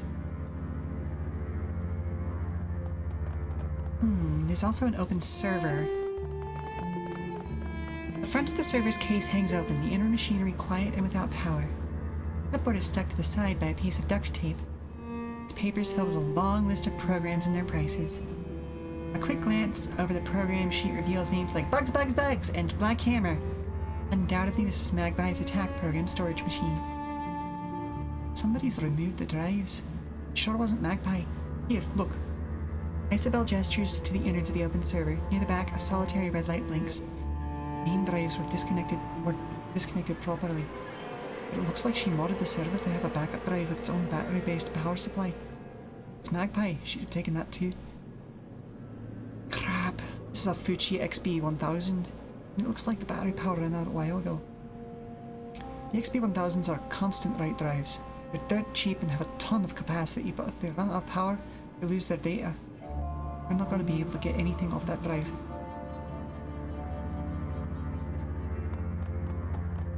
That's an interesting piece of tech. Magpie's desk is the kind of messy most people only associate with rats' nests, hoarders, and deckers. The surface of the desk is littered with cigarette butts, half-finished cans of soy calf, and scraps of electronics. A towering pile of empty instant noodle bowls sits next to it. Their sides are blazoned with Honest Wang's instant old-time Lamian, and depict a line of top-hat-wearing caterpillars dancing with canes. Hey, Yummy! Awesome! I didn't think anybody but me liked Thomas Wang's noodles. Flavor like you've never tasted in a package of instant noodles, I promise. Gobbet taps the side of one container. See, this one's got cheese, curry, broccoli. I don't know why I never caught on, honestly. I can smell that stuff across the entire boat when you cook it.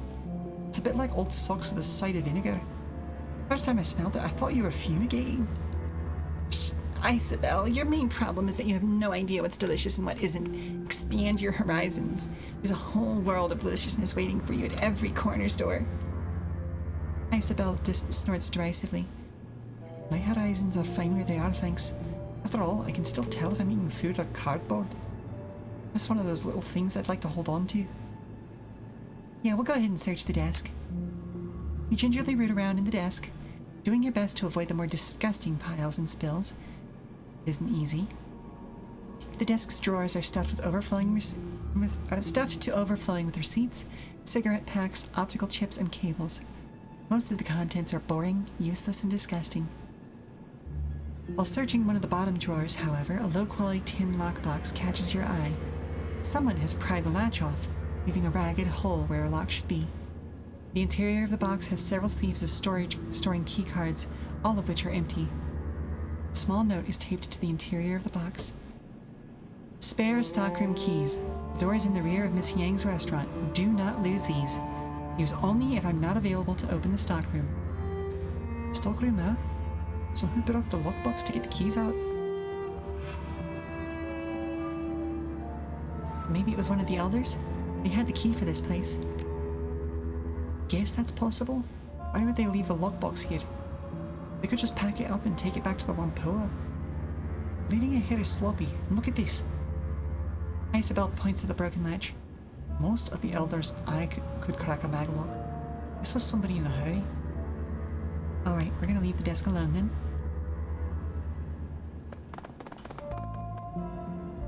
You search Magpie's bathroom. There's not much in here. Toothbrush, toilet paper, some hairpins, and a collection of cheap makeup. A combination of bath shower unit, however, has minor flakes of a dry reddish substance near the drain. Blood. Dried blood. Prying open the drain cover, it looks like quite a bit of it was shed as well. This blood hasn't been fully washed away. It looks like there was a cursory attempt to clean out the bath, but they missed washing it all away. It's a clever move, though. If Magpie's dead, body drained of blood would be a lot easier to move without leaving evidence. This doesn't seem to match the killer's other scenes, though. I'm not certain I trust the elders to tell us the whole story. Let's not inform them of us finding this yet. If any of them know more than they're saying, they may go around and cover their tracks with greater diligence.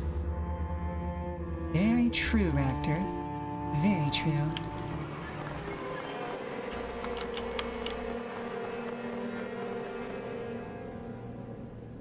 What was that Sting 4 soundtrack?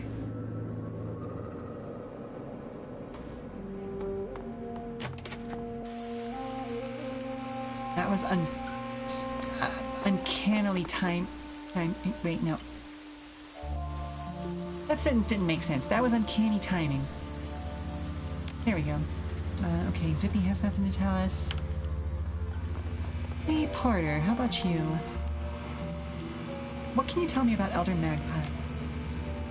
The Wampoan snorts, shrugging his shoulders. That she was a bitch? That I've never met anyone as deliberately contrary as her. There's not much to say. Nobody wanted to hang out with Magpie, even though she was the newest elder. She acted high and mighty around everyone. She'd block deals and argue against Nakamura and just because she could. Why was she so contrary? That was just her nature. She loved fights and gossip. Any chance to cut somebody else down, she'd take it. I guess I always figured she'd have some deep-seated insecurities. I don't know. Covered it up by attacking other people. Thank you. See you later. Let's see if there's anything we missed in here.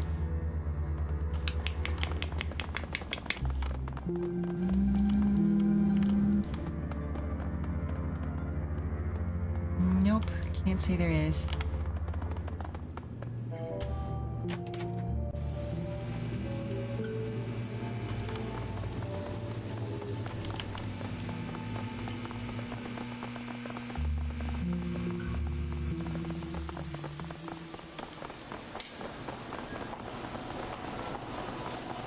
Anything Mo has to say?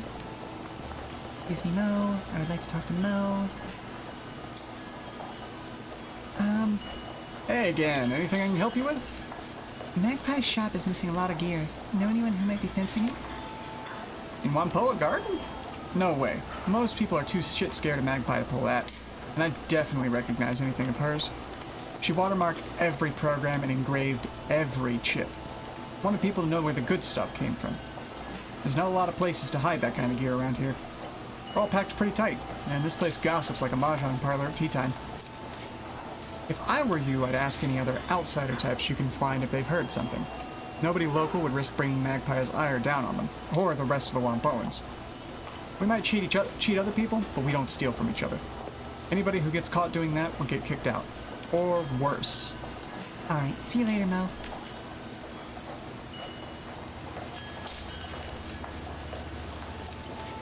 Looking for information. Nope, okay. Nothing else from him. So let's see.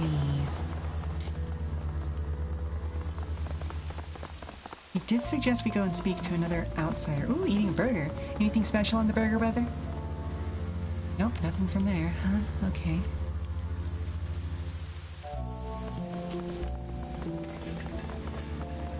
Sheila speaking in deep voice makes you think of Dr. Miss Monarch. And that's a new level of arousal, to be honest. Okay, hang on a second, Weather.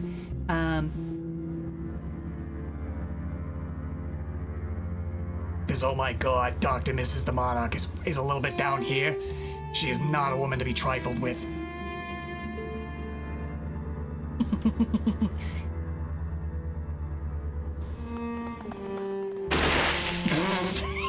Okay, fine. Fair enough. Fair enough.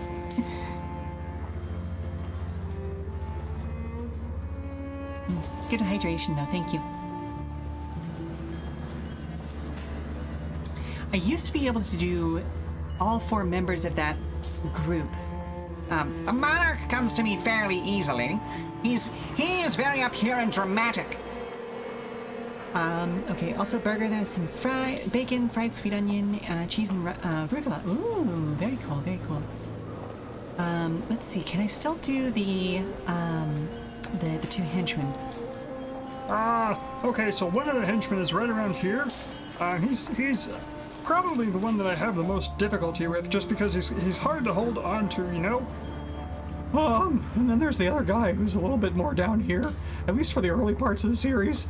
I think his voice stabilizes a little bit more towards the end when he becomes a bigger badass, but, you know, it's right around here. I don't know, those 4 are just, for whatever reason, those are the 4 characters from that show that I can actually do.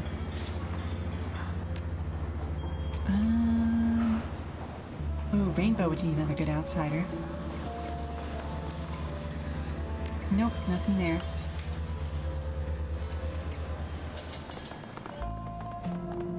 Alright, I think we are at the point where we basically have to go investigate the parking garage. We'll check in with Kita, although I'm pretty sure we haven't... Yeah, okay. Nothing new from him.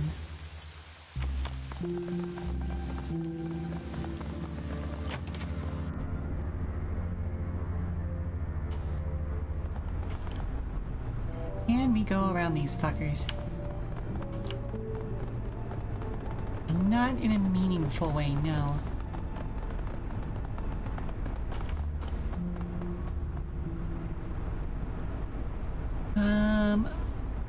Okay, so it's a woman. You know what? Fuck it. She gets the Doctor that Mrs. the Monarch voice. That's far enough, lady.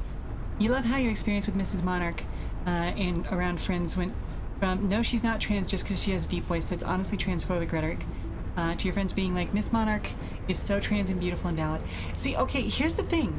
Like, I can see both readings of it because, yes, you can make her trans, but also her voice is like that specifically because she canonically had like a multi-pack a day smoking habit for a long time before she met the Monarch. That's far enough, lady. The woman hefts her weapon, tossing a nod towards the gangers behind her. There's lots on turf. If you're looking for a fix, you're welcome to trade. If you're not here for business, clear the hell out. You try and wander around on our turf, we're gonna have to air you out. So, what do you say? You're looking for a little pick-me-up? Little nitro to give you some pep, maybe? Maybe you want some chips, take the edge off? You want it? I got it. Well, show me what you have. Anything interesting? Nope.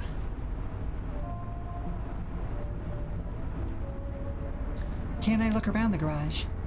Woman, are you deaf? What the hell did I just tell you? No, you goddamn well can't wander around on our turf.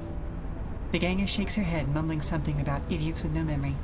You love how in season 2 those two are like, nothing bad happens to us. We've been in so many terrible situations. And come out fine. Just stick with us, newbie. You'll be fine. And all the other hench people are dying all around them. Yep.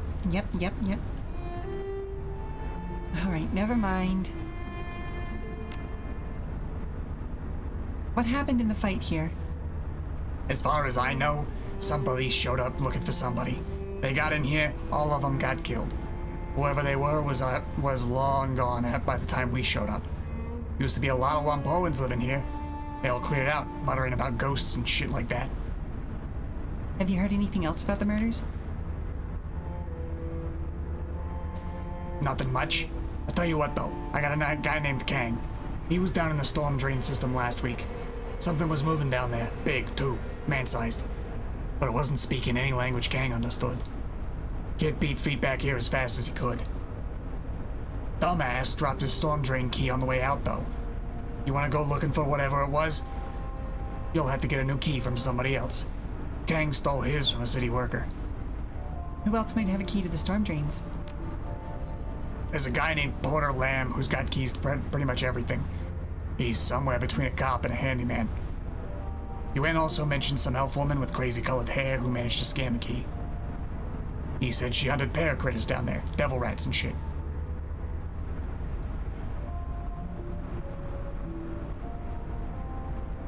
Some of these details you're selling look an awful lot like they came from Tong's shop.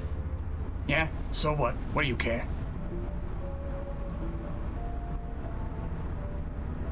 Well, if you stole these from Tong's, maybe you saw something I can use in my investigation. Yeah, I guess that's fair. It's like this. Broken Thumb Yuen was walking down the street, sees this guy go into Tong's joint right at closing time. Tall guy, hunched over, had this shitty gray rain poncho draped over him. Now Yuen figured this was weird as hell, so he posts up and waits. He figures this guy'll come out soon, because Tong's closing up shop. Nothing. For 15 whole minutes. Guy comes out, hustles down the street with nobody saying boo. I figure he was waiting for an ebb in the crowds. Yuen sees some blood smeared on the door though, so he goes to check it out. Inside, total carnage. But you know what? Tong's not going to be using his gear anymore, so to hell with it. Yuen jacks the lot of it. Fair enough. Business is business. You're damn right it is. That's all I know. The guy had to be the killer. Tall, gray rain poncho, hunched over. Also smart about how he came and went. Alright, see you later then. Best part of Brock Sampson and Venture Bros to me is him hooking up together with Warrior Woman and experiencing proper romance after years of toxic hookups with Molotov. Yes. Yes, good for him.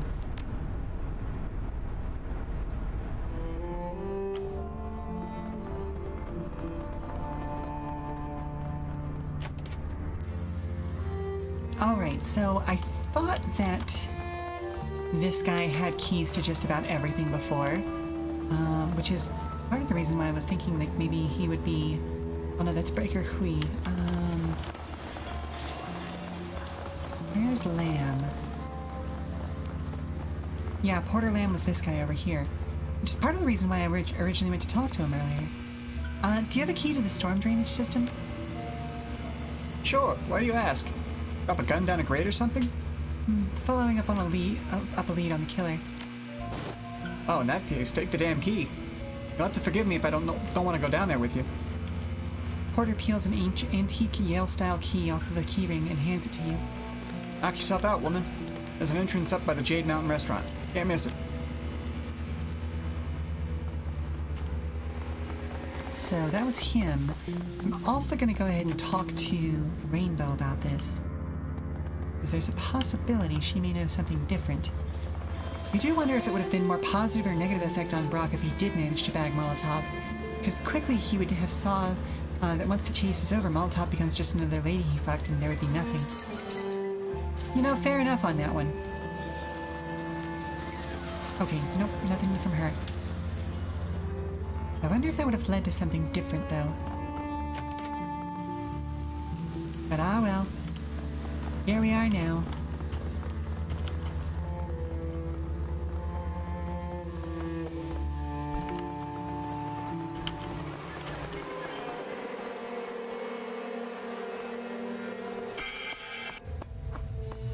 Would it sober him up or just shatter him? Maybe it's for the best he never got that far. He learned to move on his own. Mm-hmm.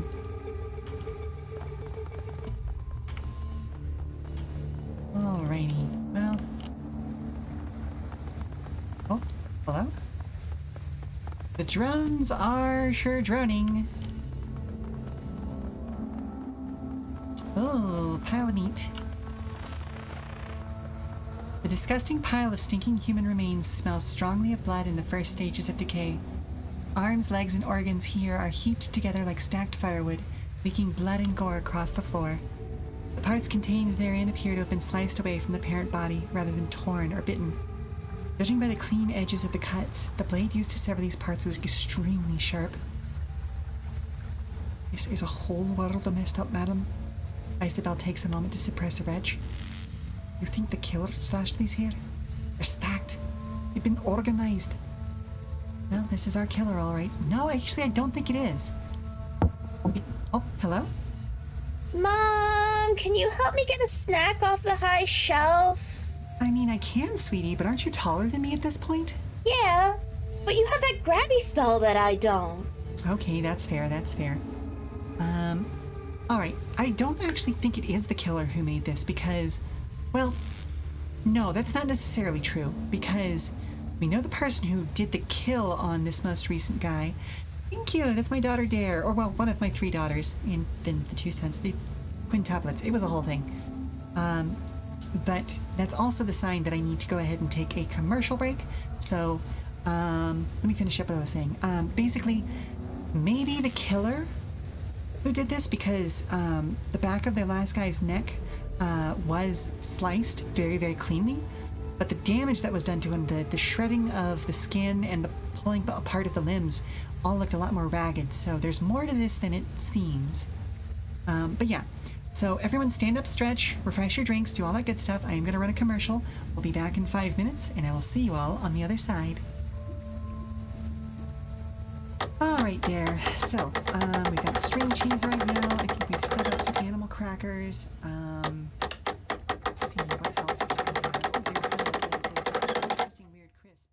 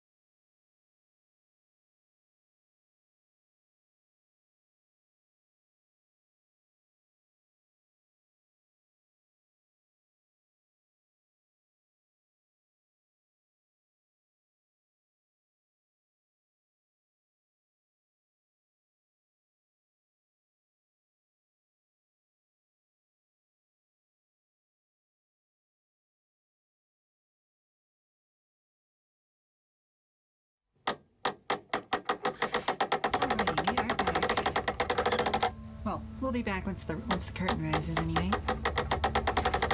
So, all right, let's get back into it. Looking closer at the pile, one part stands out. It's a severed forearm, and it's covered in tattoos. Words in a Slavic language and a shining lighthouse adorn the forearm, and ring-like images are inked on each finger. On the back of the hand, there's a skull inside of a square. This arm belonged to a war. These are criminal tattoos. The lighthouse shows he tried to escape from prison or planned to. The words say all police are dogs. That skull inside the square means he served a prison term for robbery once. I mean, he's not wrong about all police being dogs. What's a vor? A vor is a thief. The Vori Kozni is the name of the organization. Thieves in law. They have strict codes and police their own. But they don't sever arms and leave them in a pile of gore.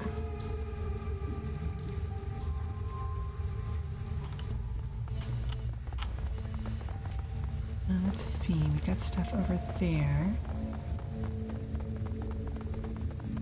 Ooh, autopathing. Love it. Love it. Okay, so there is nothing over here. Good to know.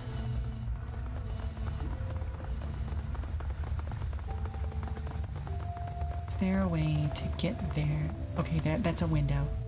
Or a door, I should say. Despite the darkness, you can see something glitter at the edge of the drain. Looking closer, it appears to be a necklace chain of some sort. It's become caught in the drain's grate, narrowly avoiding falling down into the pit. Yeah, we'll take the necklace. Lifting it out of the drain, you turn it over in your hand. It's a simple silver pendant on a chain. The silver pendant depicts a long-tailed bird in flight. A magpie. I see.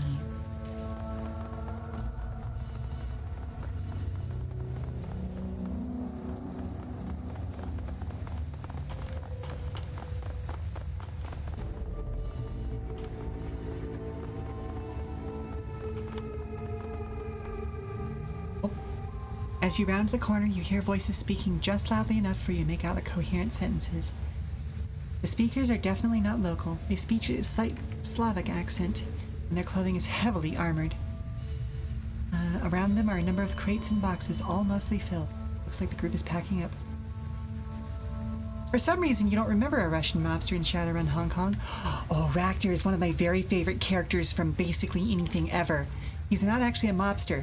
He is actually an incredibly talented drone designer, and has a really fascinating... Okay, and this is me getting into meta knowledge, but it's a really fascinating analysis of how autism might interact with a world in which you can sort of separate out parts of your personality into physical objects in a meaningful way. But that's getting into stuff that we don't know in story yet. He's also actually mentioned in Shadowrun Dragonfall. Yeah, there was I forget what it was about, but there was a little like side message that referred to Ractor. You were bigger. You had to have met him. You might have accidentally avoided him because he was in the he lives in the engine room of the ship.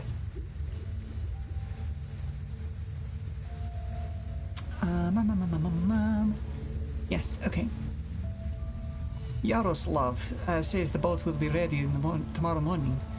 He's gotten everything arranged with the port authority. We move the goods to his warehouse. He'll handle loading them into the ship, and we can get paid right then and there. Bjork spits on the ground. I'll be glad to be done with this filthy place. Wait, it's Ractor? Like the Ractor? Yeah, it's Ractor. It's Ractor. I will too. I hate having to hide in these damn drains. It stinks down here. I can hear the devil rats running down the walkways. It's a mess and it's disgraceful. We shouldn't have to put up with this bullshit. And Alexander isn't back from his little trip. We'll have to leave him behind if he doesn't get back soon. I know, Galina. Until Andrei says we're in the clear from the triads, we can't be seen with the goods on the street. They find us and we go back to Vladivostok in sausage casings. Those Red Dragon Mudachi don't screw around when it comes to protecting their turf. Who knows? Maybe Alexander was stupid and they caught him. Either way, we'll have to lug this crap through the drains or a few clicks. Several boxes near the two women bear a distinctive label, the magpie in flight. The same emblem you saw stamped on Magpie's equipment in her shop.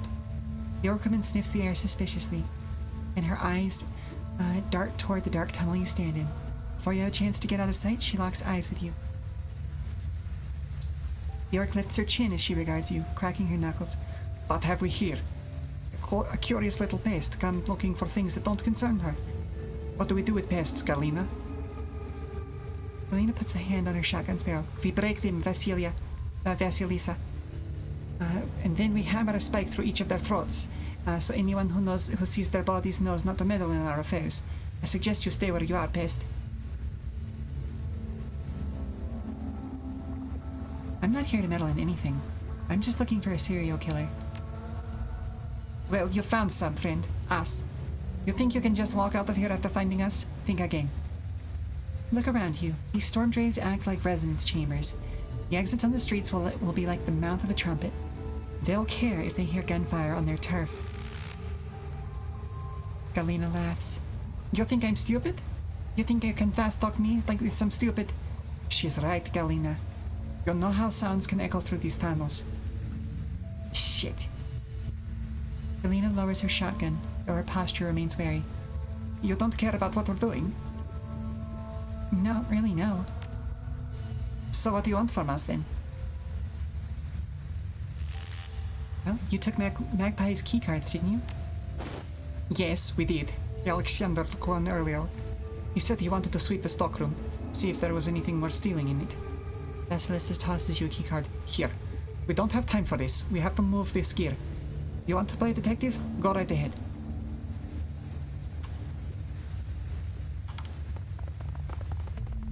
Maybe one other thing.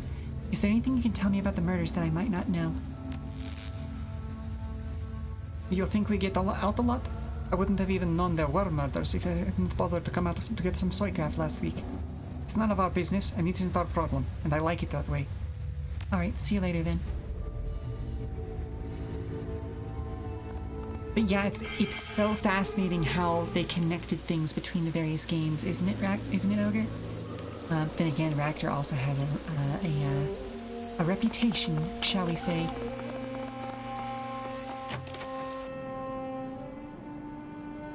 Alright, so where is the supply closet? Let's get the parking garage, get to Magpie's shop. Reach Magpie's stockroom. You're spinning. How the fuck did you not find him? I don't know, buddy. Well, we've completed Investigate the Jack Point, I guess. Where is Magpie's stockroom, though?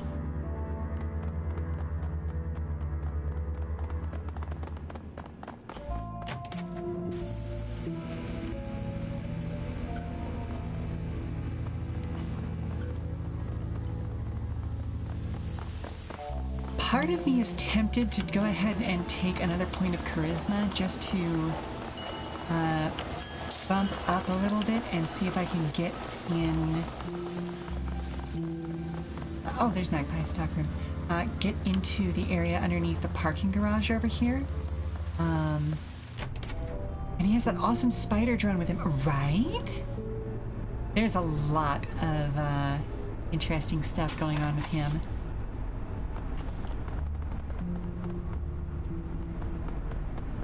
Despite the table's crude construction, an artfully laid meal awaits its owner. Several small dishes are filled with pickled vegetables, with a larger plate is arranged with long slices of raw meat. The meat is a pale pinkish white, like raw pork, and is covered in light soy marinade. Looking at the raw meat, you discover that it's surprisingly tender. What's more, it has the faint aroma of marinade, deliberately prepared. I'm going to leave the meat alone. Because I have a nasty feeling that I know what it is.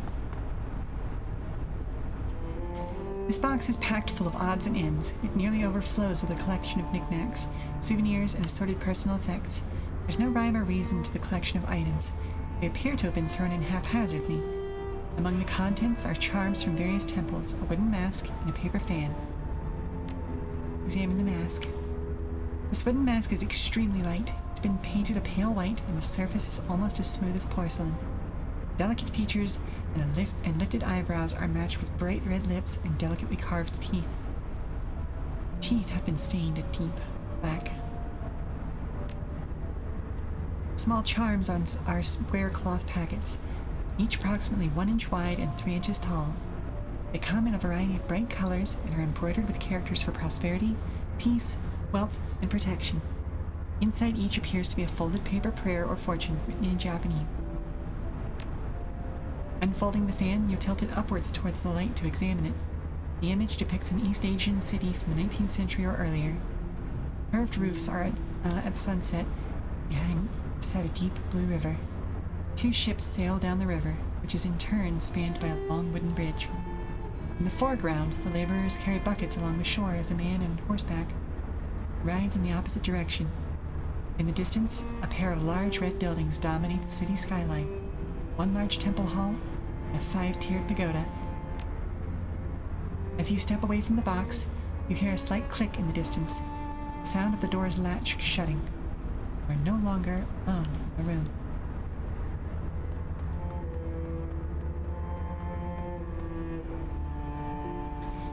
Standing before you is a man clad in heavy armor and bearing a katana on his hip. His skin is an ashen gray, his eyes dead white. His teeth are jagged and are quite sharp. This is no man. This is a ghoul. The ghoul's blind eyes search back and forth as it regards you. It cannot see you. You have a sense that it knows exactly where you are at all times. Gaichu, yeah! How do I want to voice Gaichu? Hired gun. No doubt brought to bear against me by the Wampoan elders. Means by which they can lift the curse plaguing them. I salute your tenacity. Wonder, will you hear me out before raising your weapon to kill me? Well, you don't seem interested in eating me. Yes, I am not only talking, I am reasoning as well. And since you have not attempted to kill me, your own higher faculties are engaged. I'm a curiosity. The ghoul bares his teeth, breath rasping over them as he inhales. You wish to know not only what I am, but what I have done. As for who, you may call me Gaichu. But you're still a serial killer. No, I am an assassin. I sell my services. Take no joy in the death of the Wampoan elders, but their deaths were required.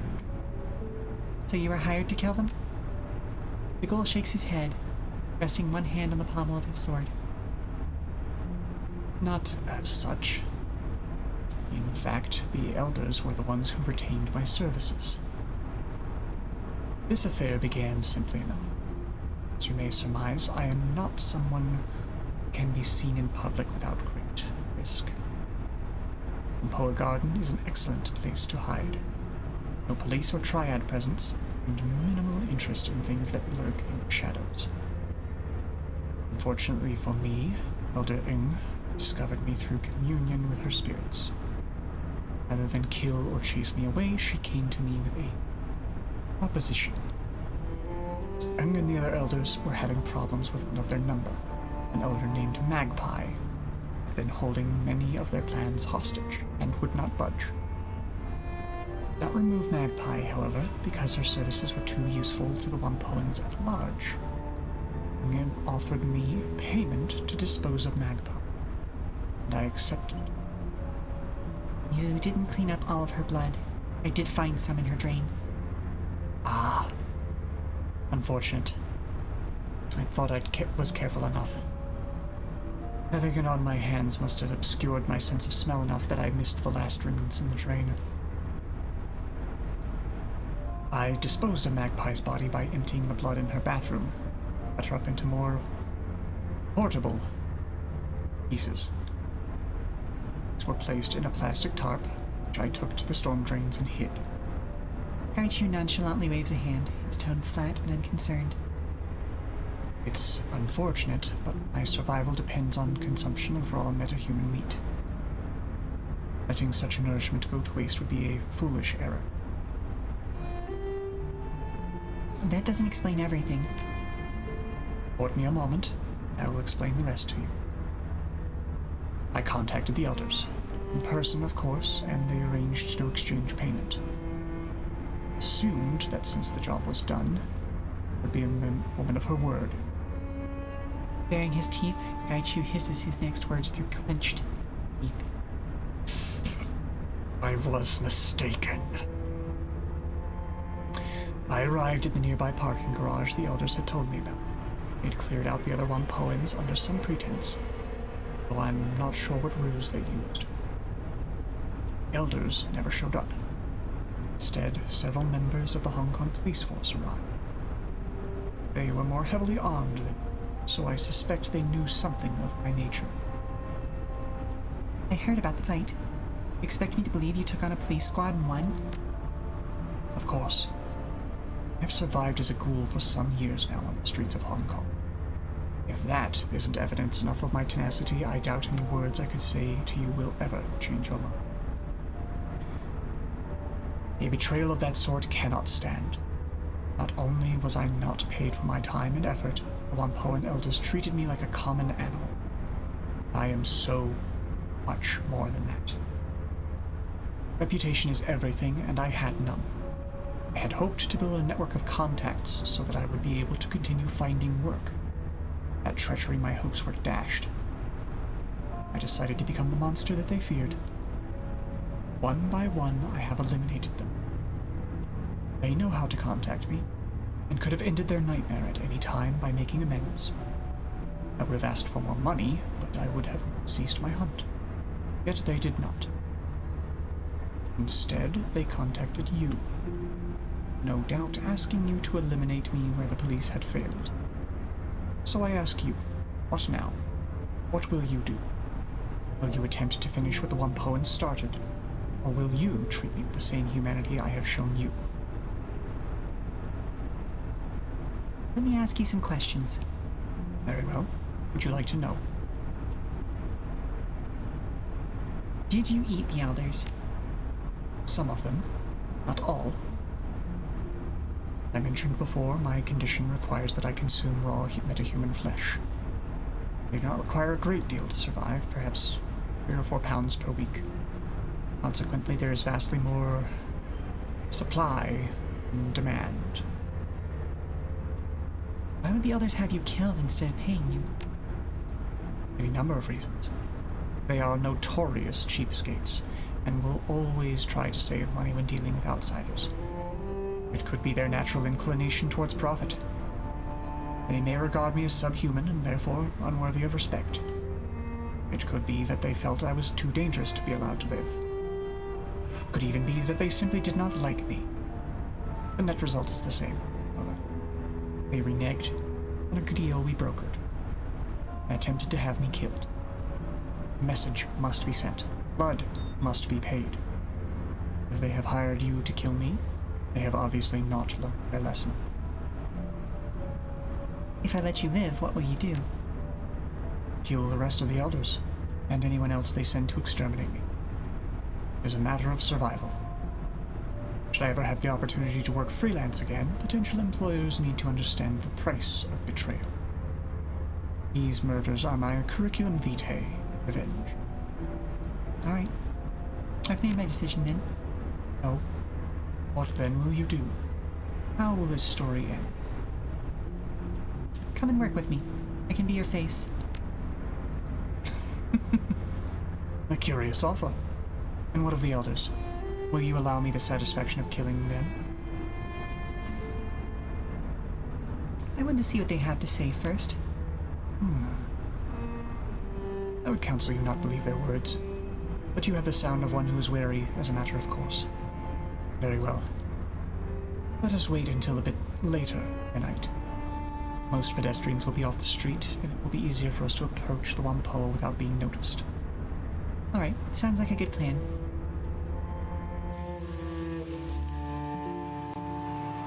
do wish I had gotten a better chance to investigate in the parking structure. But I also didn't want to do violence if I didn't have to, you know?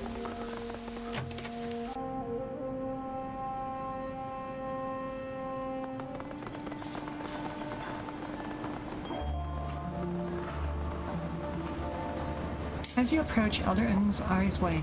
Her mouth falls open and the veins on her neck bulge. What are you doing? You brought this thing into our home?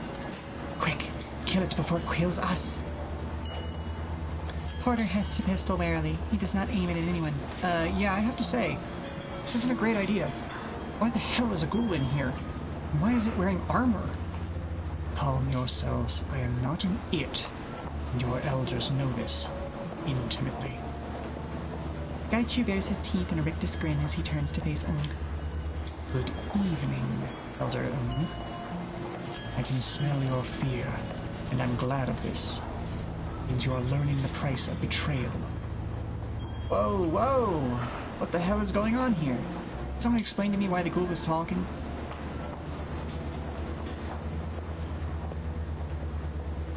The elders have been lying to the rest of the Wampoans. We would never lie to the Wampoans. Our role is to protect this community, not lie to it. What proof do you have to back up your claims? Porter nods at the elders, looking back at you with a wary expression. I'm interested to hear what kind of evidence you have to support this theory, madam.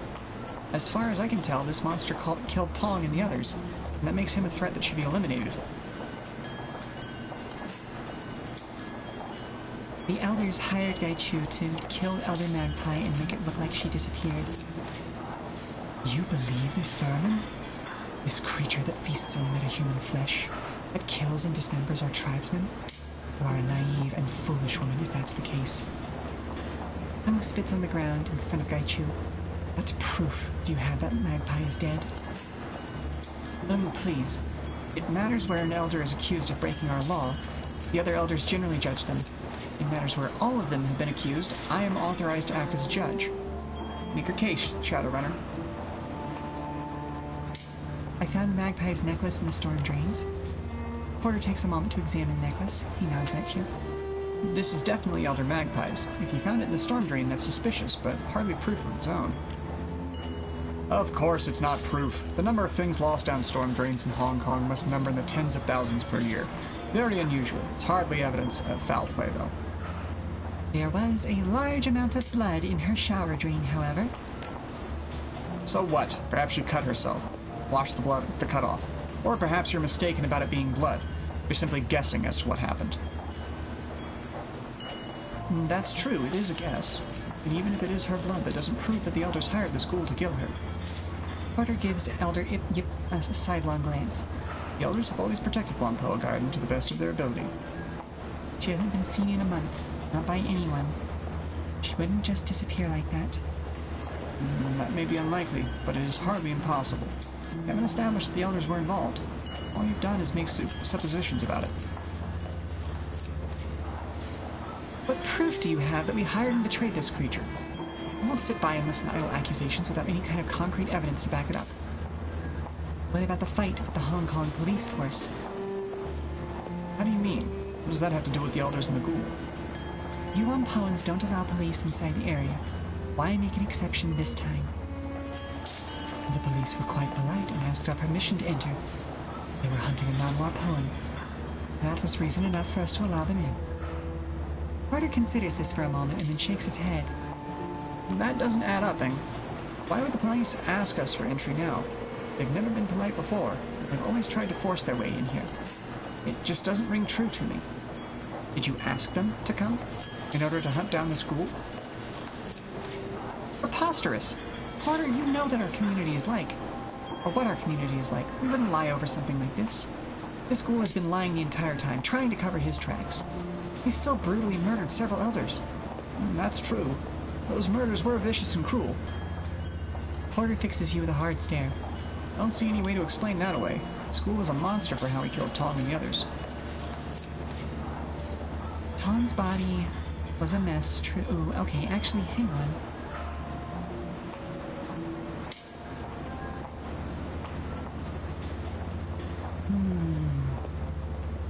The scene of Tom's murder, like the others, was a deliberate sham. It was made to look more horrific than it was. I believe you. The blood smeared on the walls, the removal of his skin, that's a scene designed to evoke horror, not the scene of an actual crime. Elders, what do you have to say in response? This is a farce. We have dedicated ourselves to protecting the Wampoan tribe and everyone who lives in Wampoa Garden. Do you really believe outsiders and monsters over our word? We who have only tried to end the killings have been duped, Porter, you and this Shadowrunner. I concur. Porter, you know me. You know the kind of person I am. I wouldn't be party to a killing of another elder. I can't believe we're even entertaining the notion that we have to defend ourselves. We should be disposing of this ghoul instead. Kang narrows his eyes at you, hissing.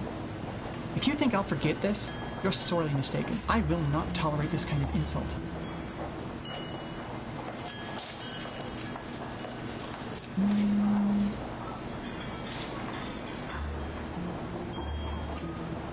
The elders were all too happy to have the red spears move into the garage, almost like they wanted to keep anyone curious about the fight away. That's right. You even told me not to go find out what happened with the fight. You said the Red Spear gangers were moving in and to leave them alone. Why would you tell me not to look into it? I was only trying to protect you from the Red Spears. They're dangerous, which is why I wanted to deal with them directly. Magpie's gear was missing as well. Obviously missing. Why didn't Yip tell me that? He would have had to have noticed. Pure supposition. You think it proves something that I didn't notice equipment was missing? Magpie's shop is always a horrible mess. Tang, you did a full inventory of Magpie's Matrix servers. You assured us everything was running fine and you would be able to continue her work. I find it hard to believe you missed something as obvious as missing equipment, especially while searching her stock. That's all I've got. Alright. I think I have some idea of what's going on here. And? What do you believe the real story is? Waters are muddy on this matter. The ghoul seems to be telling some of the truth, and I respect that. But the fact remains, he is a dangerous creature who's killed many of our number. Our law is clear on this. He must die. You seem to be blameless in this, madam. What do you say to this decision? I'm not going to let you kill Gaichu. Then you too must die. Yep. The Wampoans ready their weapons.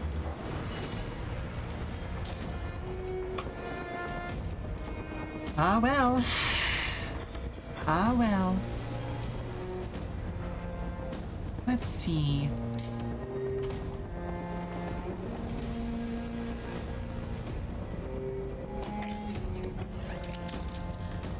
Alright, so let's see. We've got Porter Lamb, Elder Yip, Elder Ng, and Elder Tong. Tong is probably going to be the most dangerous one because he theoretically has a drone as well. So let's take shots at him. Yeah.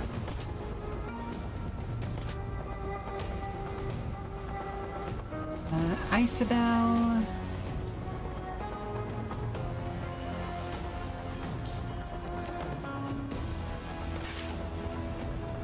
Nice. Already bleeding out. Let's get you around there, girl. Mr. Raptor. If you would. Oh, drone B&R kit. Servo tuning. Raptor manually tunes the targeted drone's servos, increasing its quickness and strength. Overclocks the targeted drone, increasing its AP by 1 and movement by 2 for 1 round. Manually aims the targeted drone's optics, increasing its accuracy by 8 to 12% for 1 round. Remotely reroutes the targeted drone. These backup circuits repairing the most recent battle damage. Okay, so movement isn't necessarily needed.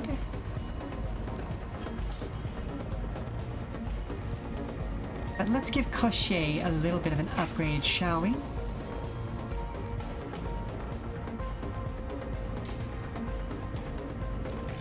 Hello, Cochet. Nice.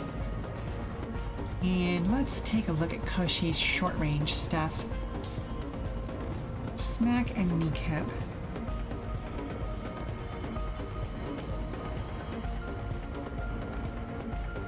Let's see, Eng might summon spirits. Master Yip has that. Okay, let's go after Eng first.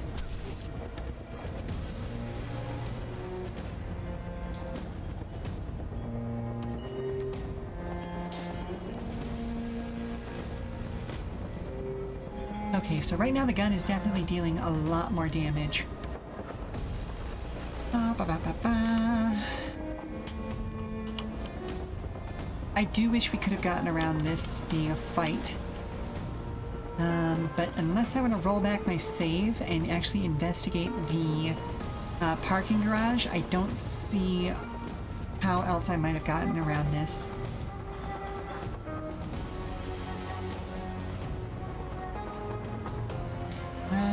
Let's go ahead and give this to Ractor.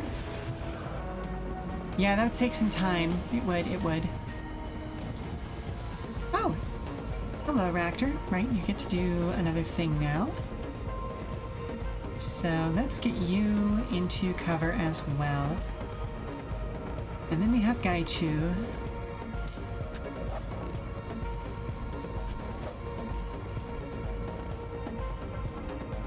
But time travel! Yeah, the problem is we would then have Guy 2's scene again, and then at least one other person. Like at least one other full scene. Alright, let's get the Robodoc going as well now. Robodoc's first thing is going to be healing up my main character here. And then we're gonna yeet a, yeah, let's see, let's master Yip. Let's yeet a grenade, why don't we?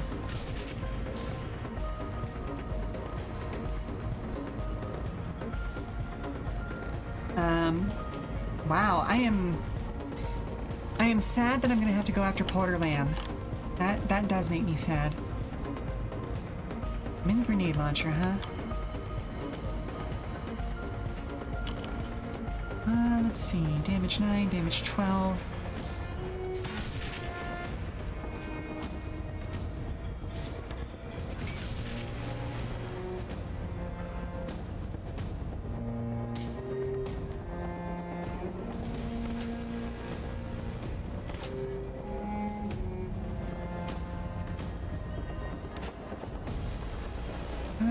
Let's see. I don't necessarily need to blow a spirit.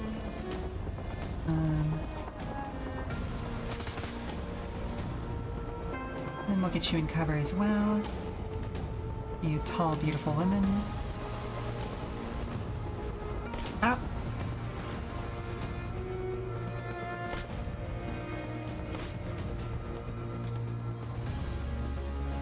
I don't think we're going to be welcomed back here.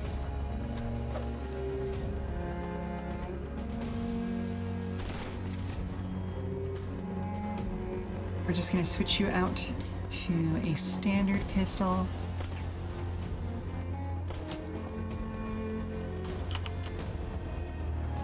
Honestly, odds are not looking great about being able to buy stuff from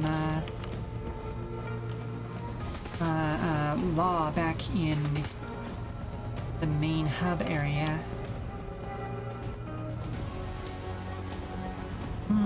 You think? No.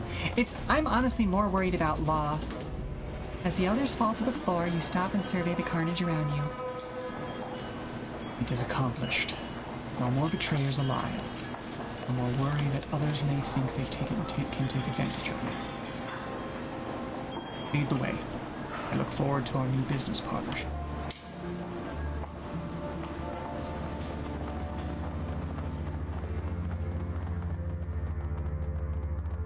I have a nasty feeling we're also not getting paid for this fucking run. Oh well. Kindly's not gonna be happy.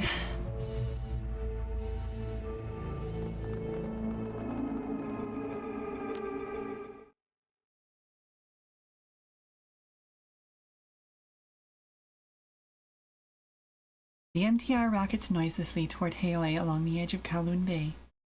The black water glitters in the night with the light of 1,000 reflected storefronts.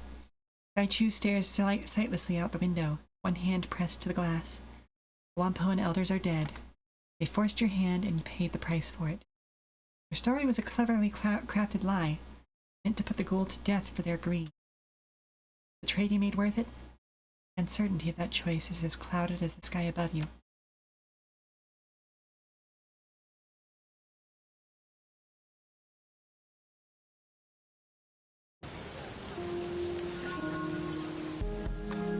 gained 8 karma.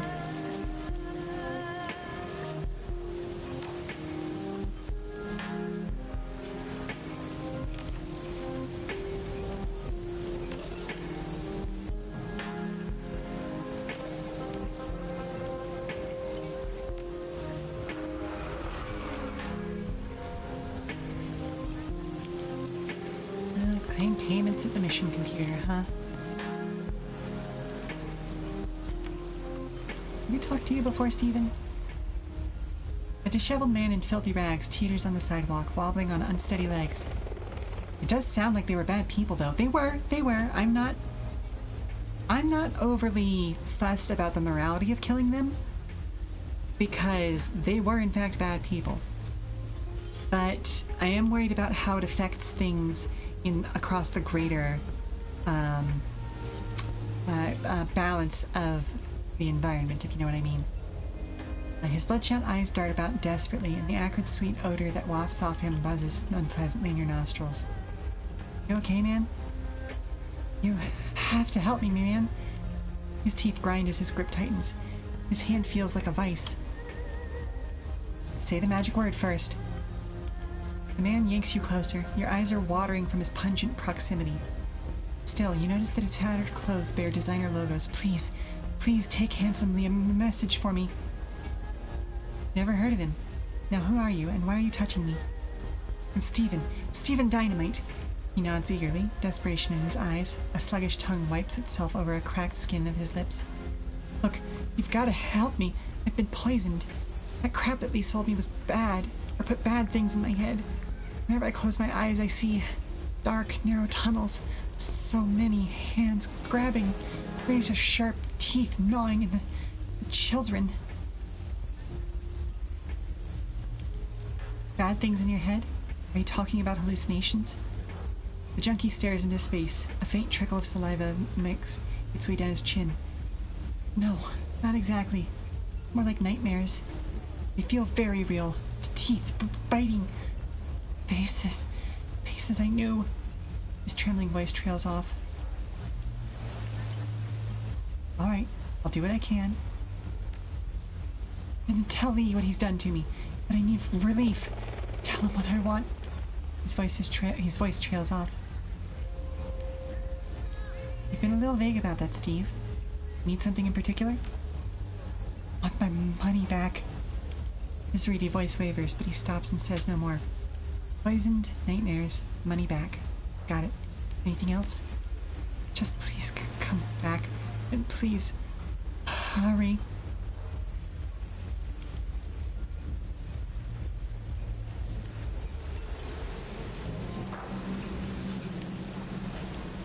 Okay, let's talk to Law.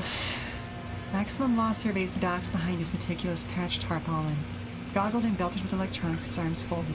His expression stern, a sweat-drenched little king. His boat rocks gently. As you approach, he looks sharply your way and breaks into an awkward smile. Hey, madam. Was hoping you'd come around. Got a minute? Yeah, what's up? Kindly have one Paul burn your sin. Word is you're doing work for her, not normal Yellow Lotus stuff. Law shifts from foot to foot. Oh, hello? Hey, Mom! I'm having trouble with that dance move you showed me earlier. Okay, well, show me what you got, sweetie.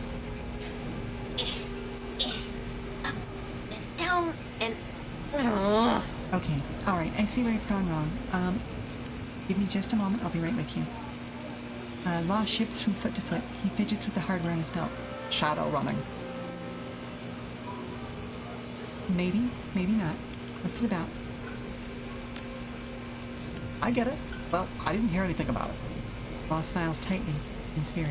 Listen, if you've got info about runs, I can make it worth something. We Wampoans call that kind of thing metadata. Wampoa likes to get the word out on the street, from the active operator. Doesn't Wampoa's service into their clientele include not prying? I'm not prying. It's not prying. Law speaks with authority. He thrusts his chest out and puts his hands on his hips. It's gathering information. This world runs on information. I've got metadata for me. Or if you've got metadata for me. I'm starting to slip into a Muppet voice for him. which is not at all what I'm going for. I'm going for like somebody who's got a pair of heavy goggles, kind of putting pressure on their nasal cavity. It's gathering information. The world runs on information. If you've got metadata for me, great. If not, see if I care. Long looks out through the rain, across the rocking boats. He wipes his foggy goggle lenses with a rag from his pocket. His stomach gurgles loudly. Augmented reality goggles aside, this gig gets really boring sometimes. If you ever want to talk shop, I'm here. Sort of. About the Wampo and Elder massacre, Law erupts into a torrent of livid, awkward profanity, cursing furiously in some sort of pidgin Cantonese and text-speak. Eventually he slows down and his swearing slackens. When Magpie gets back, this shit is going down. We're gonna spike those bastards with so much black ice that their brains are gonna turn to pudding, and then we're gonna feed that pudding to fucking dogs. He folds his arms in almost comical snarl on his face. I'm not surprised the other elders got themselves killed. Figures. Well, Magpie will know what to do. We'll take care of it. We don't know who killed the elders? We don't. It's bullshit. It's a setup. The cameras were all shut down. Maul's door to Logger was shut down. Everything was shut down. By guess who? Elder Ung. Oh, okay, so she was planning to kill us. Everyone was at a mandatory all-hands scrum in the Matrix. You know who called it? Elder Ung. Was she there? No. We're supposed to know everything. We're open source inside the tribe. Someone chopped up half the circle and waltzed into that mall and killed the rest. Then vanished. Thanks, you villain chaser idiot. You seem fond of Magpie. Magpie's the best of the bunch. She's brilliant. She's a wicked coder and a Nova hot-decker. Plus she knows the infrastructure. The others? Nah, they were okay. They had skills. Except for she was all woo-woo and couldn't code or build shit. But she always wanted to get in the middle of things with her blathering. Those of us in Magpie's bus maintain a Shadowrun. That's what keeps Wampoa independent. We're the core. Some people can't handle that. Okay, well, good to know that even if he did find out we were the ones who did it, we have an in about that. But we'll talk more about that when we get back from this commercial break, alright? So, everyone stand up, stretch, refresh your drinks, all that good stuff. We'll be back in 5 minutes, alright? Okay, sweetie. So, first you're going to start in first position, alright? And it's open.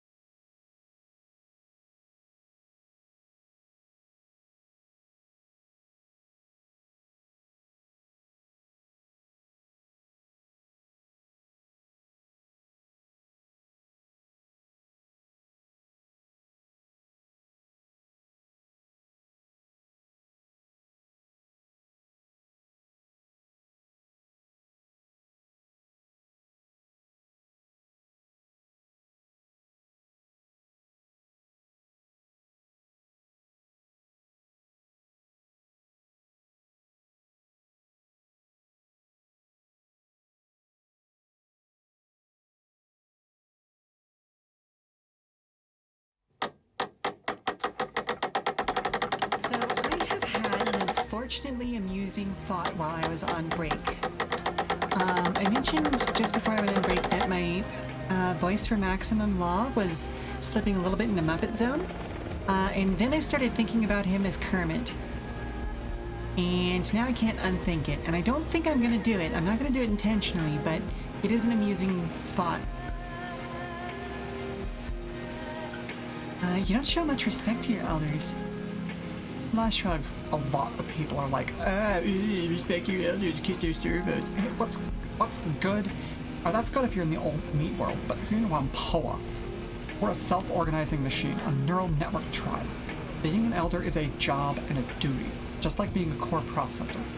Elders organize the work sectors and maintain infrastructure. The elders aren't gods, they're routers. Wampoa is built around the network. It sucks to lose those skills. The network has suffered a blow. Okay, so I had to turn off the Scuff Redeem for this stream because for some reason my tracking program was not linking up with VTube Studio. I think that one of my IP addresses rotated and the connection was not playing nice. So I'm hoping to have it back by Tuesday. I usually turn it off on Friday streams because Final Fantasy VII is way too heavy to be running too many programs at once. But I do hope to have it back by Tuesday. Let's get to the point. I've got something to tell you about the massacre. You've been a moderator for 2 whole years? What, you know something? Every actuating lens on Law's Googles zooms in on you. A fresh set of status lights begins blinking. One appears to indicate that he's recording. You were investigating the killings, right? Word is you were asking around. Well, first of all, Magpie is dead. What? Law's visible lower face goes ashen. Sorry, Law. It's true.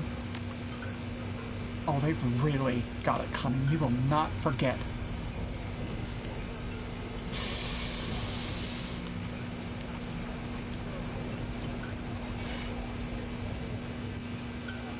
Morally, I don't know what to do here. It's specifically because he's recording.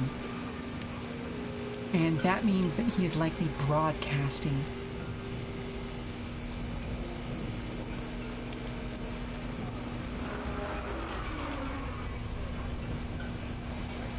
Because my reflex is to be honest with him and tell him that we killed the elders and why we killed the elders.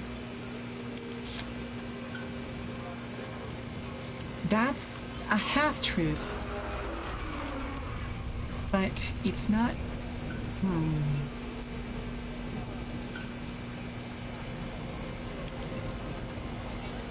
When was my last save?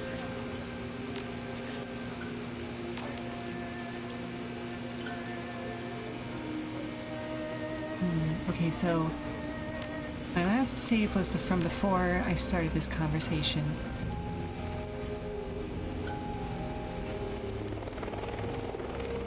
I'm gonna go with it. As you ready for yourself to speak, the facts remain clear. It seems there'd be a small miracle that the Wampoans haven't identified you.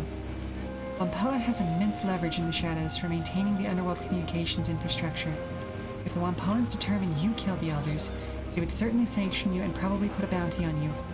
If they burned your sin for Kindly, they might unburn it. In the best case scenario, Kindly would be forced to withdraw her protection. You'd be locked out of a network access. I'll face in the Hong Kong shadows. Worst case scenario is exponentially worse. Telling Maximum Law that you killed the elders would be suicide. Okay, so that was a fake choice.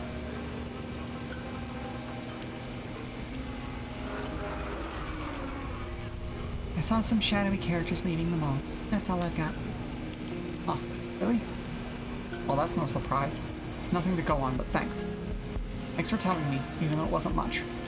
When we find them, they're gonna end up face down dead on a smoking keyboard. Their brains oozing out their ears like overcooked ramen. Mark my words. Alright, see you later, Law. Gotta go? Okay, watch your back and shoot straight and all. Law grins at you, and dexterously flashes a hand sign that Shadowrunners give each other in holovid shows. I got things to do too. Again, if he hadn't been recording, I actually do think it would have been the right answer to explain exactly what was going on. Specifically because of the fact that he was so tight with Magpie. Because what they did, functionally, was they hired a Shadowrunner to off one of their own and then tried to silence said Shadowrunner. Like, they were in the fucking wrong there. 3 people, possibly locals, are busily hunched over, avidly discussing something beneath their breath. From the looks of them, they appear to be sailors, rough-hewn clothes stained by salt, leathery skin, and an acute awareness of being on land. You watch their feet shuffle awkwardly on the docks. Their whispers are just within earshot. No, I asked Crafty, and she said the same. Them dreams is bad. Think we'll lose them at sea? We're supposed to set out soon to make that delivery. What if they follow us? You see the man shudder. I don't think so. Crafty said these things are just affecting me right here for now. The first sailor points to the ground. Soon as we sail, dreams will stop. Hey! The third sailor sees you and taps her friends on the shoulders. Oh, Hey! they shoot upright. One examines his fingernails, another coughs loudly and begins to hum, and the last pretends she didn't see you. But when they sense your continued stare, the third speaks up. What are you looking at, Landy?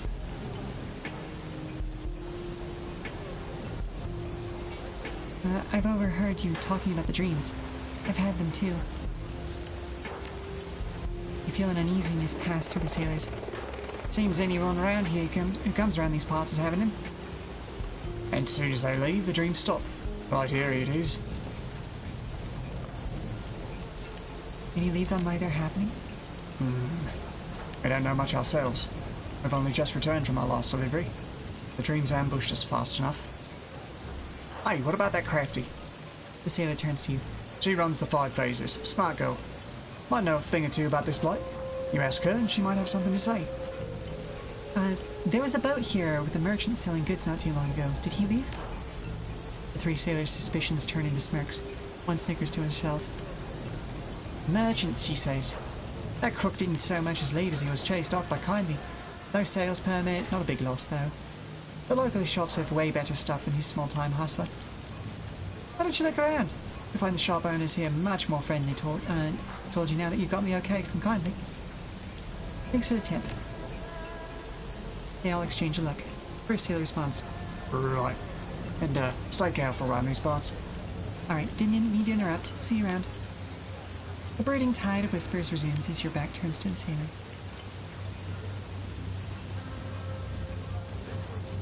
Speaking of which, yeah, let's go and see, what's going on in the parlor of the 5 phases. Hey, Crafty Shoe. Oh, that's right, I gave her a voice way down here. Hey there. Still don't know anything about the dreams, I'm afraid. I'm working on it, though. In the meantime, if you want to buy something, I can hook you up. Alright, I was just browsing. Thanks, Crafty. See you around.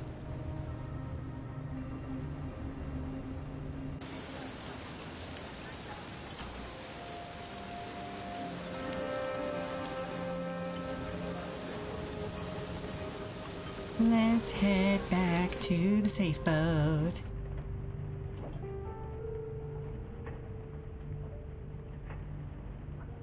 Da-da-da. Ooh, we have 4 new unread messages. About those dreams. Gobbet's face winks onto the screen. Her rats are perched precariously on her head, and she holds a laser pointer clutched between her thumb and forefinger. Oh, hey, Seattle.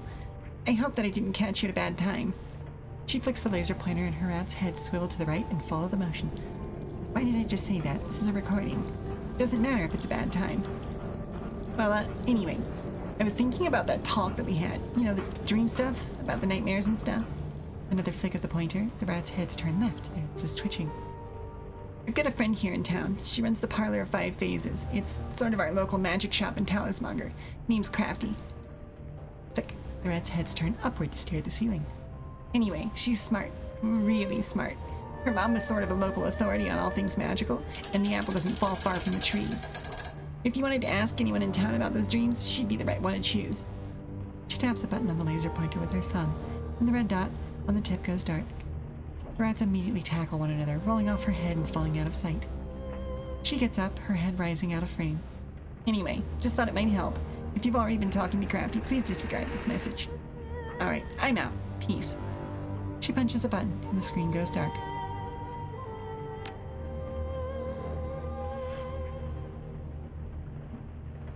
Which one were you replying to? Hooray! Yeah, right. Right, I gave kindly Cheng a bit of a British accent. Madam, I need you to come to the parlor. A friend and business partner of mine, named Dr. Shin Yang, has need of your services. Something about the attending a fancy party in Repulse Bay. He was unwilling to give me the details. I think he wanted to size you up himself.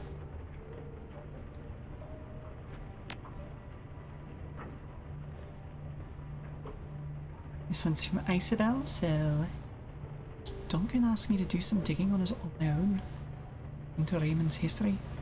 I guess he doesn't trust kindly Ching and to give him the full story. I can't say I blame him, since she'd hide things from us if it was in her best interest to do so. So I've been poking around various corners of the Matrix, trying to dig up what I can. Most sinners leave a data trail the size of an aircraft carrier in their wake. Working backwards in time, Raymond starts out that way, but it slowly tapers away into nothingness. Sure, I can find some basic records in Seattle. Power, utilities, a couple of public discussion sites. I signed up for. Well, the further back I get, the less I find.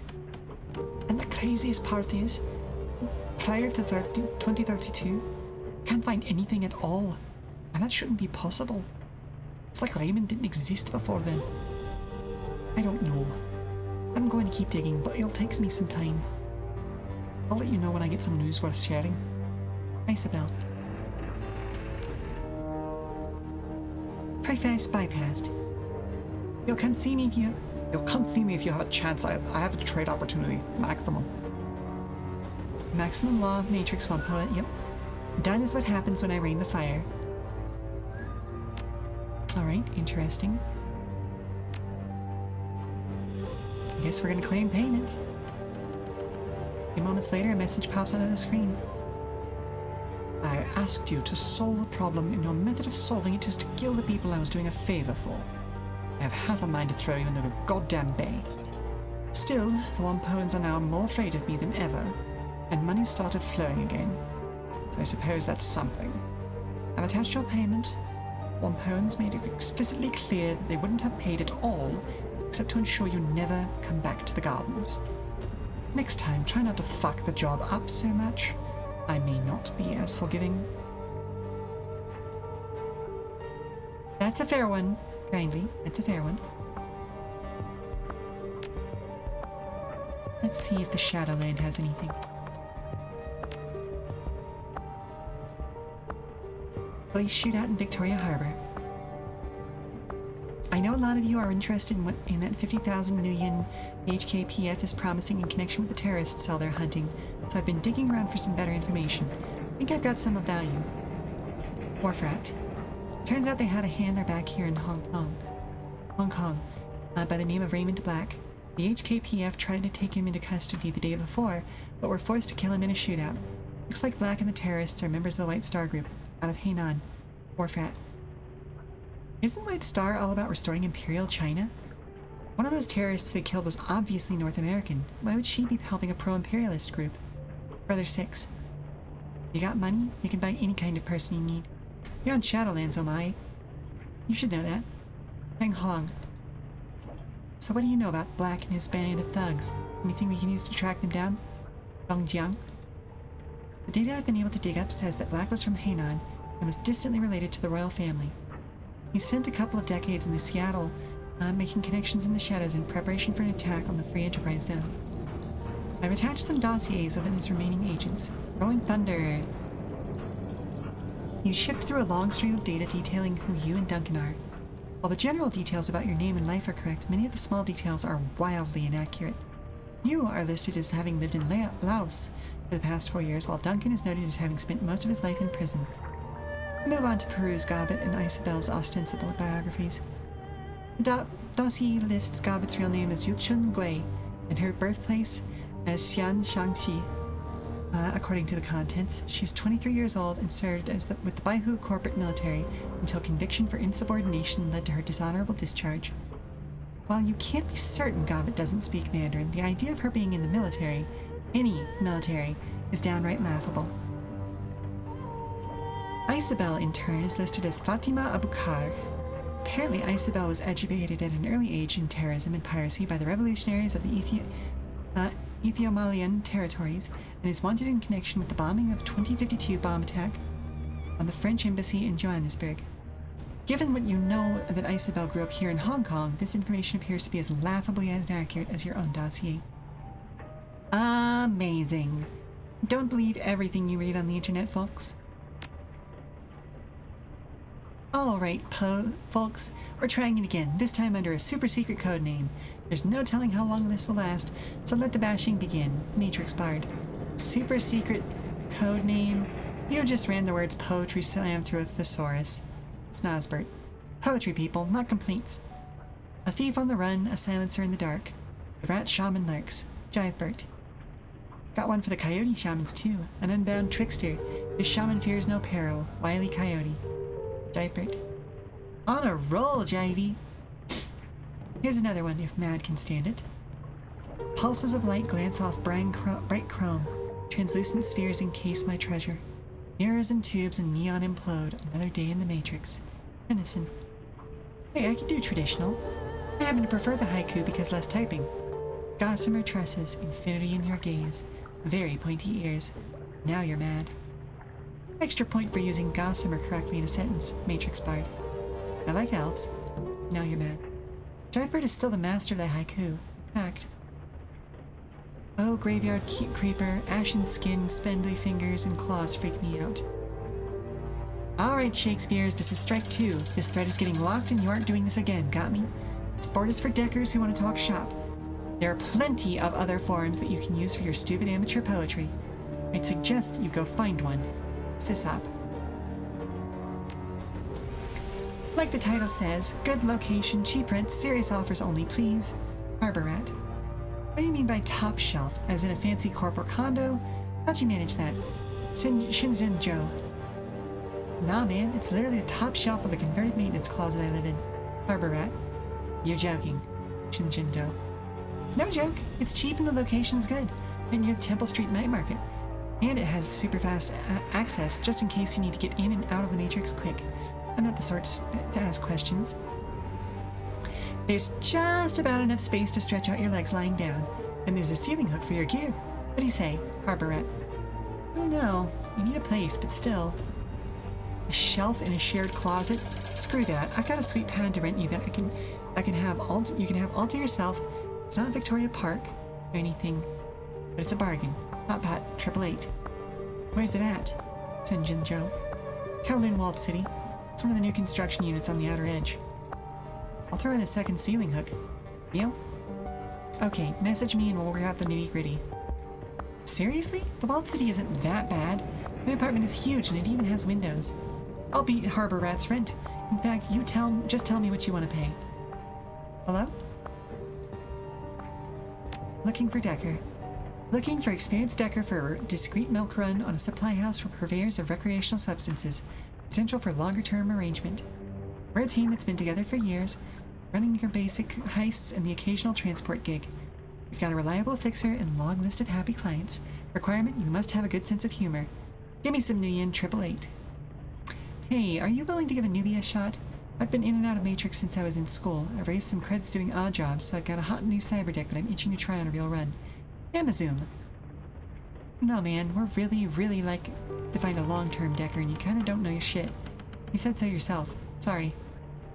Oh, come on. You said it was a milk run. How else would a Shadowrunner start if it's not with an easy gig? I'm being upfront with you. Doesn't that count for something? Fine. I got a test for you. You hack this guy Captain Scone and change his password to erotic massage. On it. Thanks. Done. What the fuck? Amazon, may I introduce you to our rigger, Captain Scone. He'll make a fine addition to our team. Thank you. You won't regret this. Gotta stop getting people to hack me, Timmy, or you'll be looking for a new rigger next. Aw, you know you love me. Oh, super fun. Yep, let's post what we've got for pay data.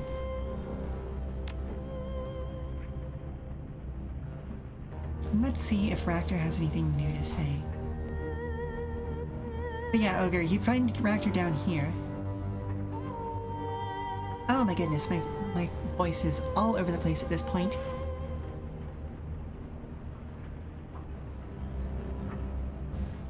Ractor's shop. Ractor's shop is sweltering hot, even more so than it was the first time you stepped inside. The whir of the actuators accompanies the fine motions of the manipulator arms that hang from the ceiling. You're turning an object over and over in their articulated hands, soldering wires and hammering rivets. Ah, my friend.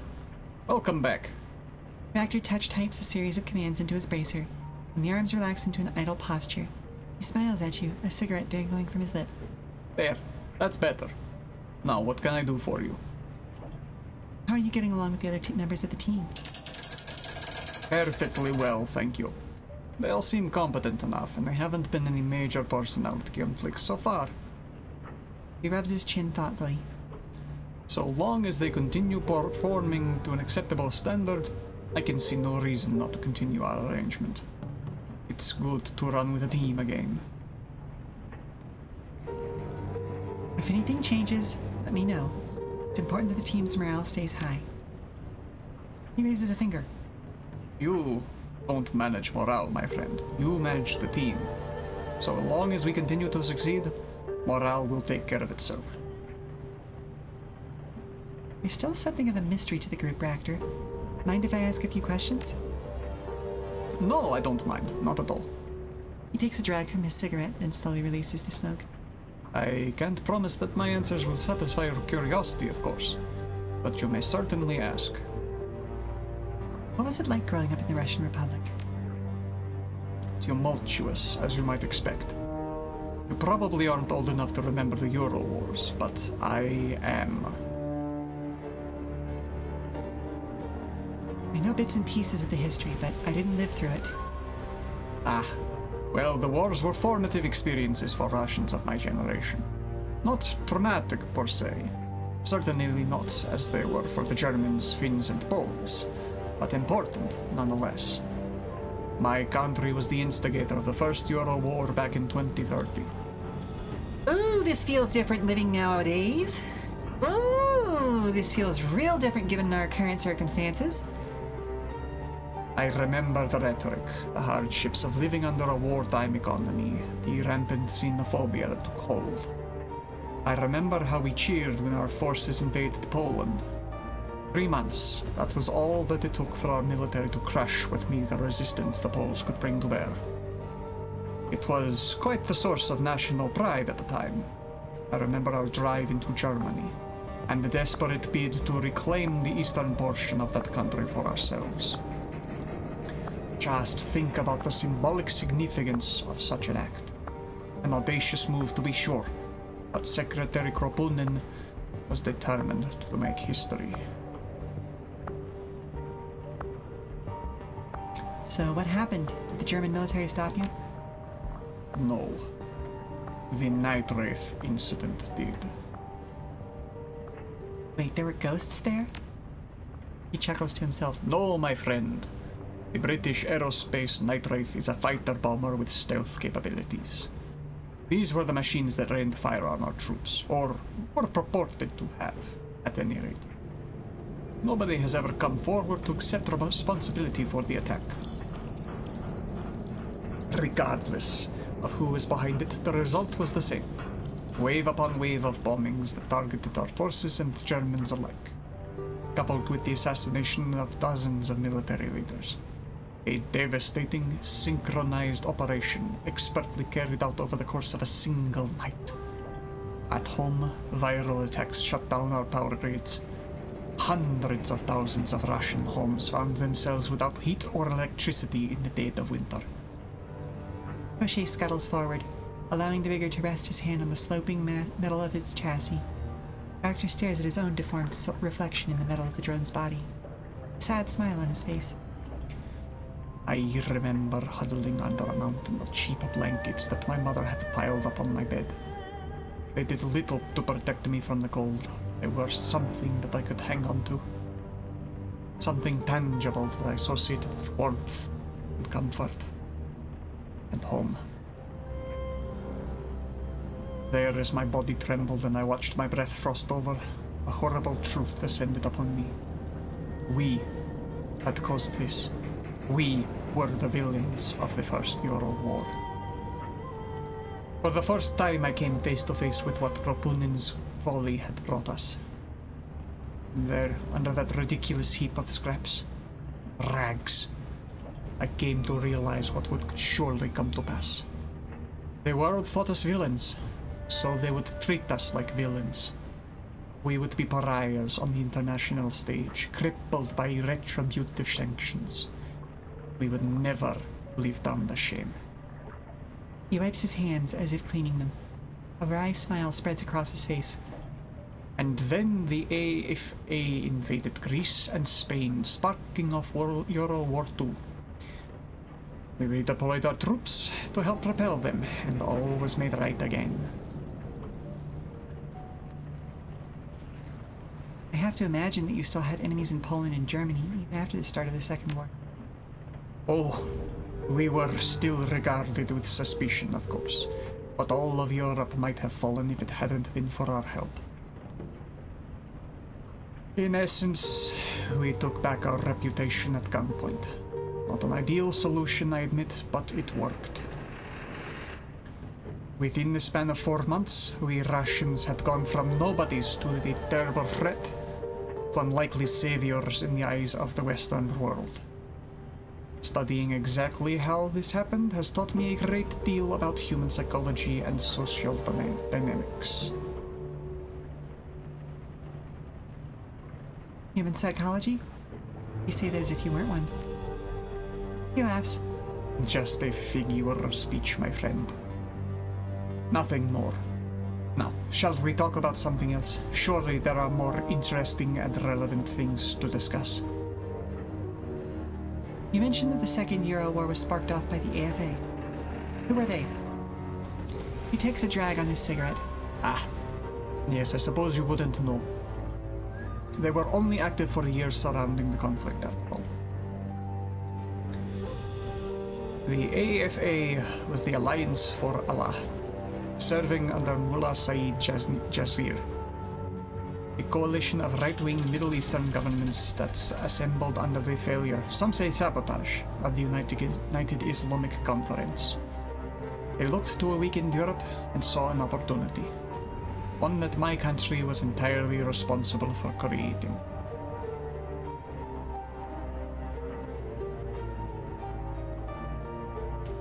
That probably shouldn't have come as a surprise. You're right, of course. We should have foreseen the weakening Europe's defenses would open the doors to outside aggression. Ultimately, the AFA did what any hawkish power would have done in their position. Given their circumstances, they would have been foolish not to. So what happened? How did the war end? The AFA folded in 1937, after Jazir's assassination. A lucky thing for us too. The body count could have been a great deal higher. In the years that they were active, the AFA gave us a hell of a fight. Did you immigrate directly from Russia to Hong Kong? No. Between my years in Nizhny Novgorod and my time here in Heoi, I spent a year in the free city of Berlin. That was where I got my feet wet as a Shadowrunner, see. I ran with a team of anarchists for a time, and learned the ropes of the occupation under their tutelage. Now I remember who knew Ractor.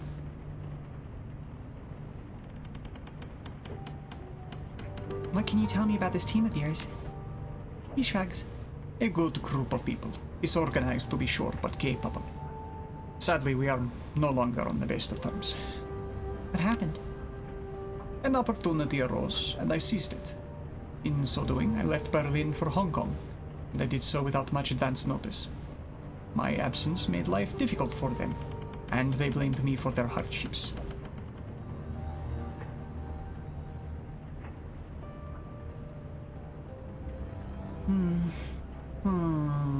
If you cut and ran on me, I'd be pissed at you too. That would be your prerogative. And while I suppose that I can see your point, I haven't lost any sleep over my decision. I did what I had to do. How my former teammates chose to react to my sudden departure is their problem, not mine. He looks away, a wistful expression on his face. Koshi scrapes the ground with its forelegs, its sensors fixed firmly on you. Ultimately, I would say that my time in Berlin was quite educational. Different from my earlier life in Russia, to be sure. As I said, the experience was invaluable. Ultimately, though, Heoi is probably better suited to my sensibilities. How so? Life in Hong Kong is more structured than it was in Berlin. Things make sense here in a way that the Flux State didn't. He taps a finger to his temple. I have an orderly mind. Everything in its place, neatly labeled and filed away. This approach is what allows me to make sense of the world. To say that the people I knew in Berlin thought differently would be an understatement. You see what I mean about, very specific and peculiar point of view? Now, peculiar is probably not the right word in modern English. Particular. Why did you move from Russia to Berlin? He holds his tongue for a moment, considering. When we first met, I told you that I parted ways with Grishin Aviakor under unfortunate circumstances, yes? You mentioned it, yes? These same circumstances led me to Berlin. I was wronged, and I would not find recourse in Russia. He sighs. I suppose that there's no sense in being vague. I'll tell you the story if you want to hear it. Please, lay it on me. You may remember the self-repair system I mentioned the first time we met. The module that would allow Koshi, or any sufficiently equipped drone, to repair itself. I told you that my research had been lost. That was not strictly true. It was stolen by a pair of colleagues who I had long considered friends. They were researchers from my old lab. They turned against me, stole our work, controlled my work, and defected. So they betrayed you, huh? Yes, driven by desperation, no doubt, and ambition. They had always fixated on getting out of Russia. Grishin Aviakor was a nationalized corporation, and they would never get rich as cogs in a government-controlled machine. In our project, they saw their key to breaking away and earning their fortunes. Never mind the fact that I was opposed to the idea. And so they took what was mine, and left me with nothing. Did you have any leads as to where they might have gone? Yes. The two had long spoken about moving to Berlin. Such was true of many great academics in Russia. My homeland is a bureaucratic dictatorship, you see. There is little personal freedom, and there are many rules to be followed. As you might imagine, the stable anarchy of the Flux State can be an alluring concept to those who live under totalitarian rule. Berlin is much romanticized back home.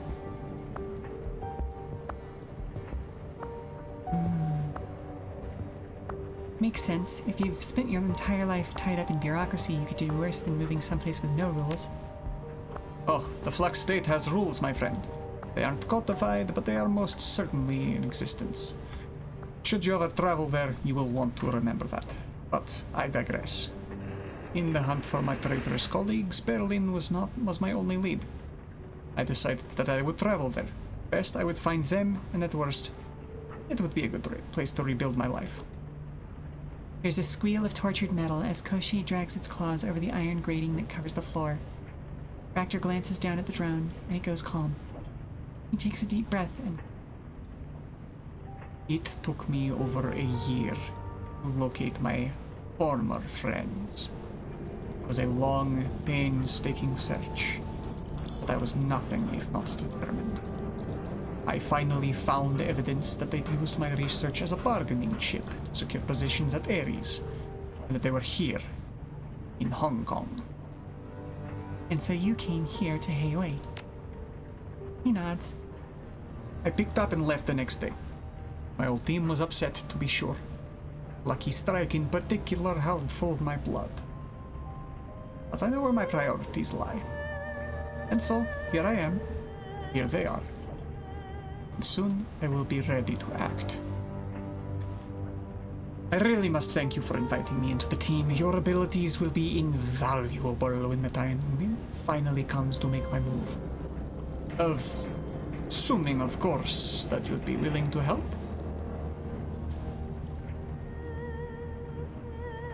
Something tells me that you weren't surprised when I invited you onto the team. You were waiting for this, weren't you? I thought that it might go over better if you believed it to be your idea. And it would seem that I was right. I am on the team, after all. Yes, you are. And you're right. I, for one, would be happy to help you. When you're ready, just say the word. Thank you, my friend. But this is a discussion for another day. We aren't ready to hit an Ares facility yet. Hey, Mom, hello? look at this cool animal I found. That's an adorable little, what Can is I it, keep sweetie? it? No, sweetie, no. Okay, I'm just about done here for the day. How about this? Think of a few things that you think I might find interesting about whatever that is, and let me know about what they are while we find a place to put it back outside, okay? But this is a discussion for another day. We aren't ready to hit an Ares facility yet, and there is more intelligence to gather before we make our move anyway. When the time comes, I will let you know.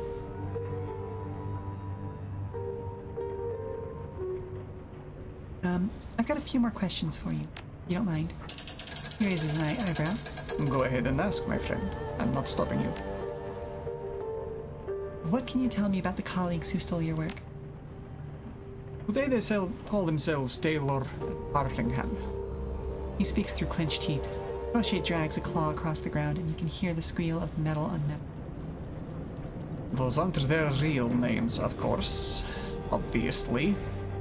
They shed their former identities when they left their old lives behind.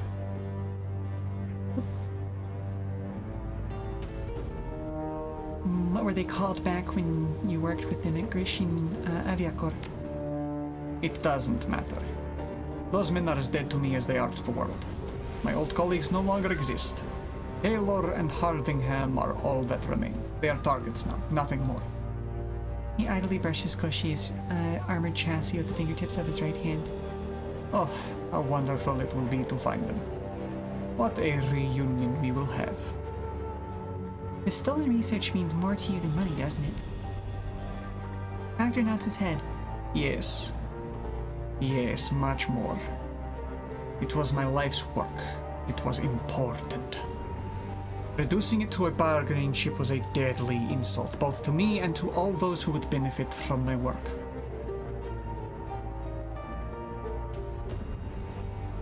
You say that with almost religious fervor. He snorts. Religious? No. Religious superstition is a relic of the past. I welcome the future. A future that my research was intended to help usher in. Tell me more about this future that you predict. Tell me, are you familiar with the concept of transhumanism? The transformation of humanity as a species by technological means. Huxley coined the term in the late 1950s, I believe. He nods. Yes, that's right. The seeds of the idea trace back even further to the 20s, the 1920s, and J.B.S. Haldane. But it was Huxley who popularized it. And now the transhumanist vision has progressed beyond philosophy. It's fact. Look around you. Cybernetics are a fact of everyday life. The synthesis of man and machine is the crowning achievement of metahumanity as a people. I believe that we are well on our way to a truly post-human future. One in which the synthesis of man and machine is perfected to the point that the terms become interchangeable. In such a future, The capacity for unlimited self-repair will be indistinguishable from immortality. You can see then why the theft of my research came as such a blow. My former colleagues hadn't just stolen from me. They'd taken to my contribution to the future of our species and reduced it to a bargaining chip. Yeah, I get it. I'd be upset too. I was more than upset, my friend. I was livid. I still am.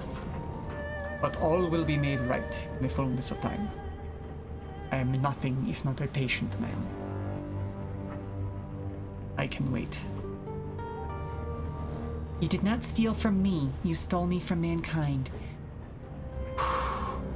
Ogre, you know things about Raptor. I'm assuming you've read some of the stories about him that came out in books as well.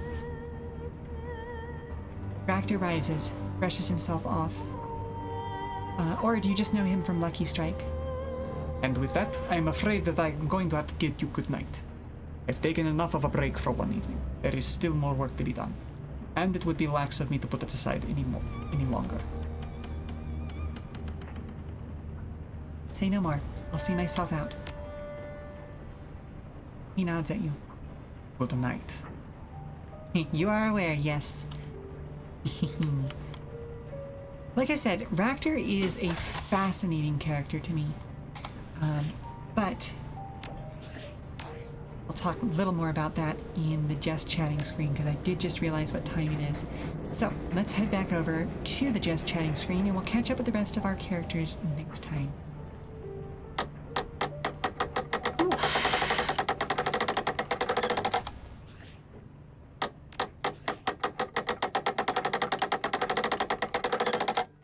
Well, as I said before, and I've mentioned several times, Raptor is one of my very favorite characters.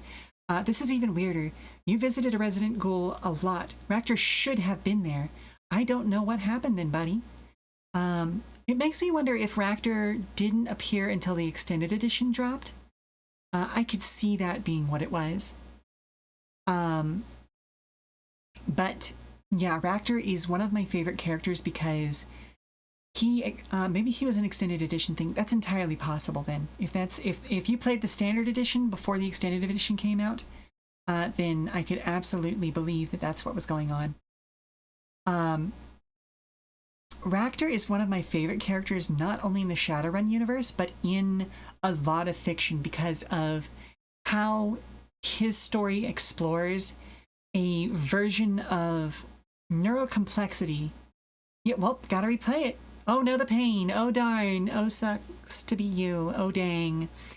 Or, you can always just come hang out with me while I'm replaying it. Always love to have you. But yeah, no.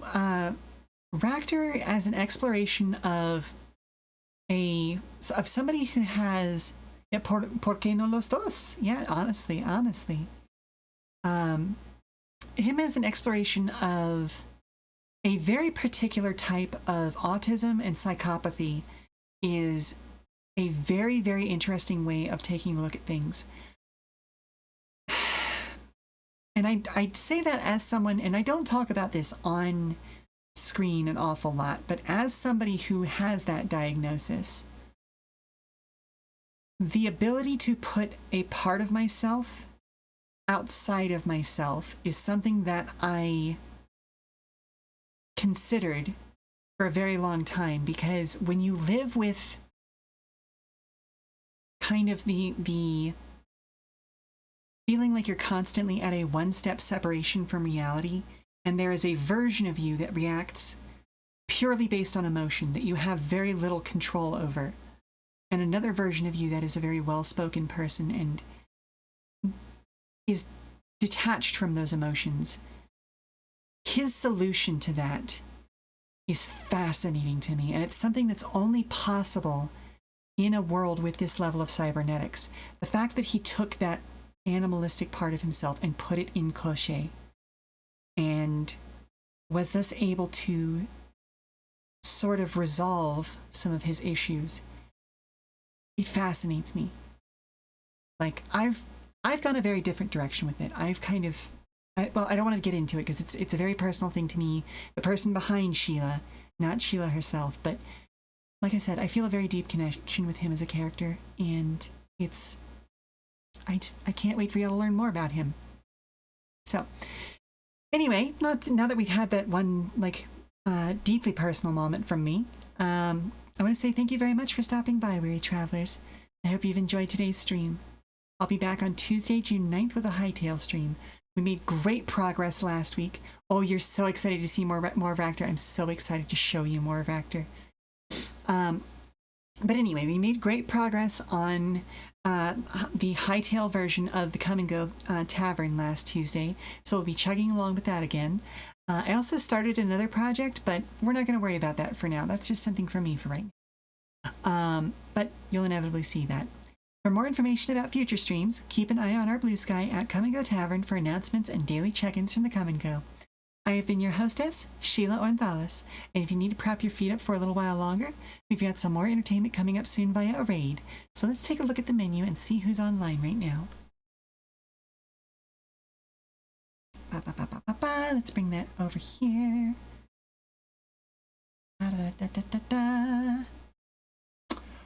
Ooh, we've got some people playing Peak. Okay, well, who to go to? Because it's 3 of the people that we know. We'll just go by viewer count. So let's go bother Reku. How about that?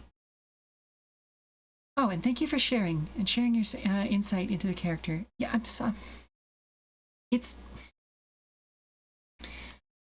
I'm not, and this is again being a little personal, I'm not shy about the fact that I am on the spectrum. But talking about some of the traits that I share with Ractor and how we differ, but also how we're the same, is something that I hesitate to. And Ogre, you know things about Ractor, so you understand why I hesitate with that. So anyway, well, we're gonna probably go bother Reku. Yeah, it seems like a good time to jump in. So, all right, let's see where they're at. Thank you so much for being with me today, folks, and thank you for being cool, and thank you for being a good community. And I hope to see you again next Tuesday or just in some future stream. Ta-ta for now. Bye. Bye, bye, bye, bye, bye, bye. Bye. Mwah. Bye. Bye, bye, bye, bye.